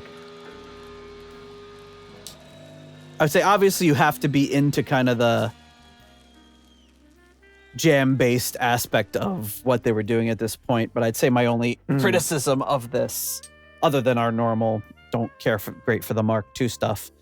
Yeah. Oh, is it starting again? Stop. I guess my only kind of criticism would be there's some stuff like that where it's a little anticlimactic, where obviously this is just one show, but listening to it in a recording, it's like that song could have ended 5 minutes earlier and it would have been fine. But there's just kind of this. Yeah. And I mean, obviously this is a historical recording, so you listen to the jams just to kind of get a sense of, all right, this is Richie's last show. Like, what did it sound? I mean, it sounded like all the other ones, but and that last part loses a lot without the visuals. Yeah, hearing somebody kick the shit out of a guitar on stage is not as interesting as watching it. Not as fun as seeing it. Yeah. But yeah, very historical moment as you're listening to this. If you're listening to it when it comes out, it's 50 years to the day, the last time that Richie performed with Hughes and Coverdale, last time Mark III performed, and the last time those 4 of those tracks were ever played by Deep Purple in any form. So definitely the end of an era. Deep Purple go on to do a little bit more after this, and Richie obviously goes off to Rainbow. So I don't know, pretty fun to listen to. A fun listen. Lots of sorry, I thought you froze there for a second. You were you weren't blinking. Yeah, that was me. Just I might have been having a stroke. I don't know. Let's hope not. Shake your ass to the left and shake it to the right. Let's see if you're able to do that. Hang on. Okay, I'm good. Okay, good. But yeah, I don't know. Any closing thoughts before we wrap it up? It was good to hear the whole set list from that group of shows, but ultimately I would have loved to hear obviously the Holy Grail, the one that became Made in Europe. But it was great to hear the full set list and some of the songs like Mistreated and You Fool No One, like kind of the alternate versions of them, because those other ones are burned in my brain. So hearing how they performed them on a different night was very cool, and kind of hearing the flubs and everything. I mean, that's what I want to hear on a live album. Yeah. Not perfection. Yeah. It's definitely some really great playing, great singing. I love some of the stuff that they did. Like hearing the Gypsy is always good, because that wasn't something that stuck around forever in the set. But yeah, Michael Bagford saying he thinks they pretty much picked the best stuff for Made in Europe. And I think they were also trying to make it be Mark III and not repeats of things that would have already been on Made in Japan in much better presentation on that album. Yeah. So, yeah. Overall, a fun listen, a fun time with co-hosts, fun people, friends, and well-wishers. Well-wishers. We'll be back at you next week. Next week is also an interesting anniversary. So we'll have something themed for that anniversary. We'll have to wait and find out. Who knows? Anything can happen. Who knows? You know the drill. All right. Yeah. Well, John and our wonderful patrons, thank you for joining us. Yes, until next time. Until next time. See you later.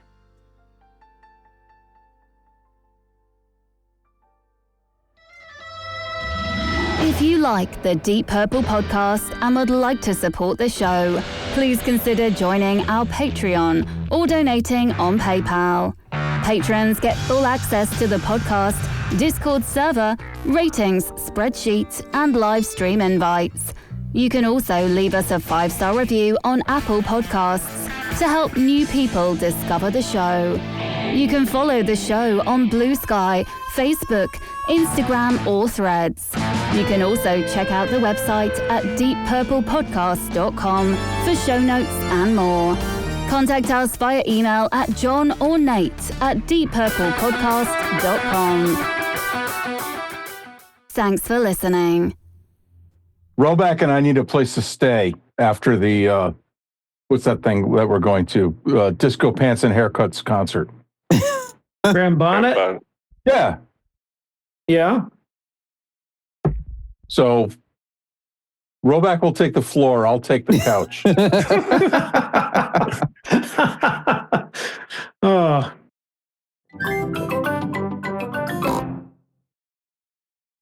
Ciao George, ricordi il mio fratellino Joy? Dinosauro! Coccodrillo!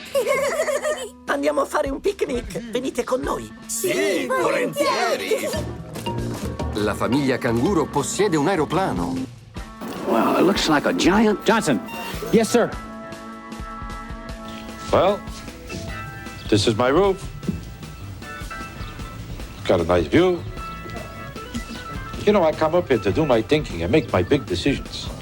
Like I said to myself only last night, I always talk to myself, I like to deal with a better class of people. You know, the real reason I'm here this morning is because I just went to my doctor yesterday. I don't like doctors too much, I'll tell you the truth, because I don't really trust them. I know they can't be trusted, they know it too. They know it. Why do you think when a doctor operates, he wears a mask? You don't want you to see who's doing the whole thing. Why do you think they wear gloves? You think the gloves are for sanitary reasons? Fingerprints. As a matter of fact, yesterday I went to a doctor for my annual checkup, and it was a good thing that I went. Because in the middle of the examination, he took a good look at my back, and he said, "Hey, how long have you had this?" It seems there was a spot there that he didn't like. He decided to remove it, send it to the lab for a test, and he said, "Listen, you'll have to wait for the results." I heard results, I'll tell you the truth. I got very nervous. This could be anything. What if I'm dying? I could be dead in a week or two. All of a sudden, I started to imagine myself with my name in the obituary column. Jackie Fisher, dead of the results. Then I said to myself, if this might be my last days on earth, I better have a good time. I better go quit my job. Take my money out of the bank. Start enjoying myself. Start helping other people. Let them enjoy themselves too. And all of a sudden, this son of a gun, lousy, rotten doctor comes out and he tells me, "Mr. Fisher, the tests are all negative. You're as healthy as a horse. You're going to live another 50 years. I said, in that case, put the spot back. Then I began to realize a very interesting thing. That for some reason, I was going to have a better time when I thought I was dying than when I thought that I was going to live. I said to myself, why do you have to think you're dying in order to enjoy yourself? Is it good only when you're passing away, but it's not good when you got something to live for? Shouldn't I have a better time when I think I'm going to live than when I think I'm going to die? So the question is, should I stay in this job that doesn't give me any great satisfaction at all? Or should I quit and do something that's really important? This is the decision that I have to make up my mind about. Well, I'll think it over. Meanwhile, I'm going to go downstairs and have a little breakfast.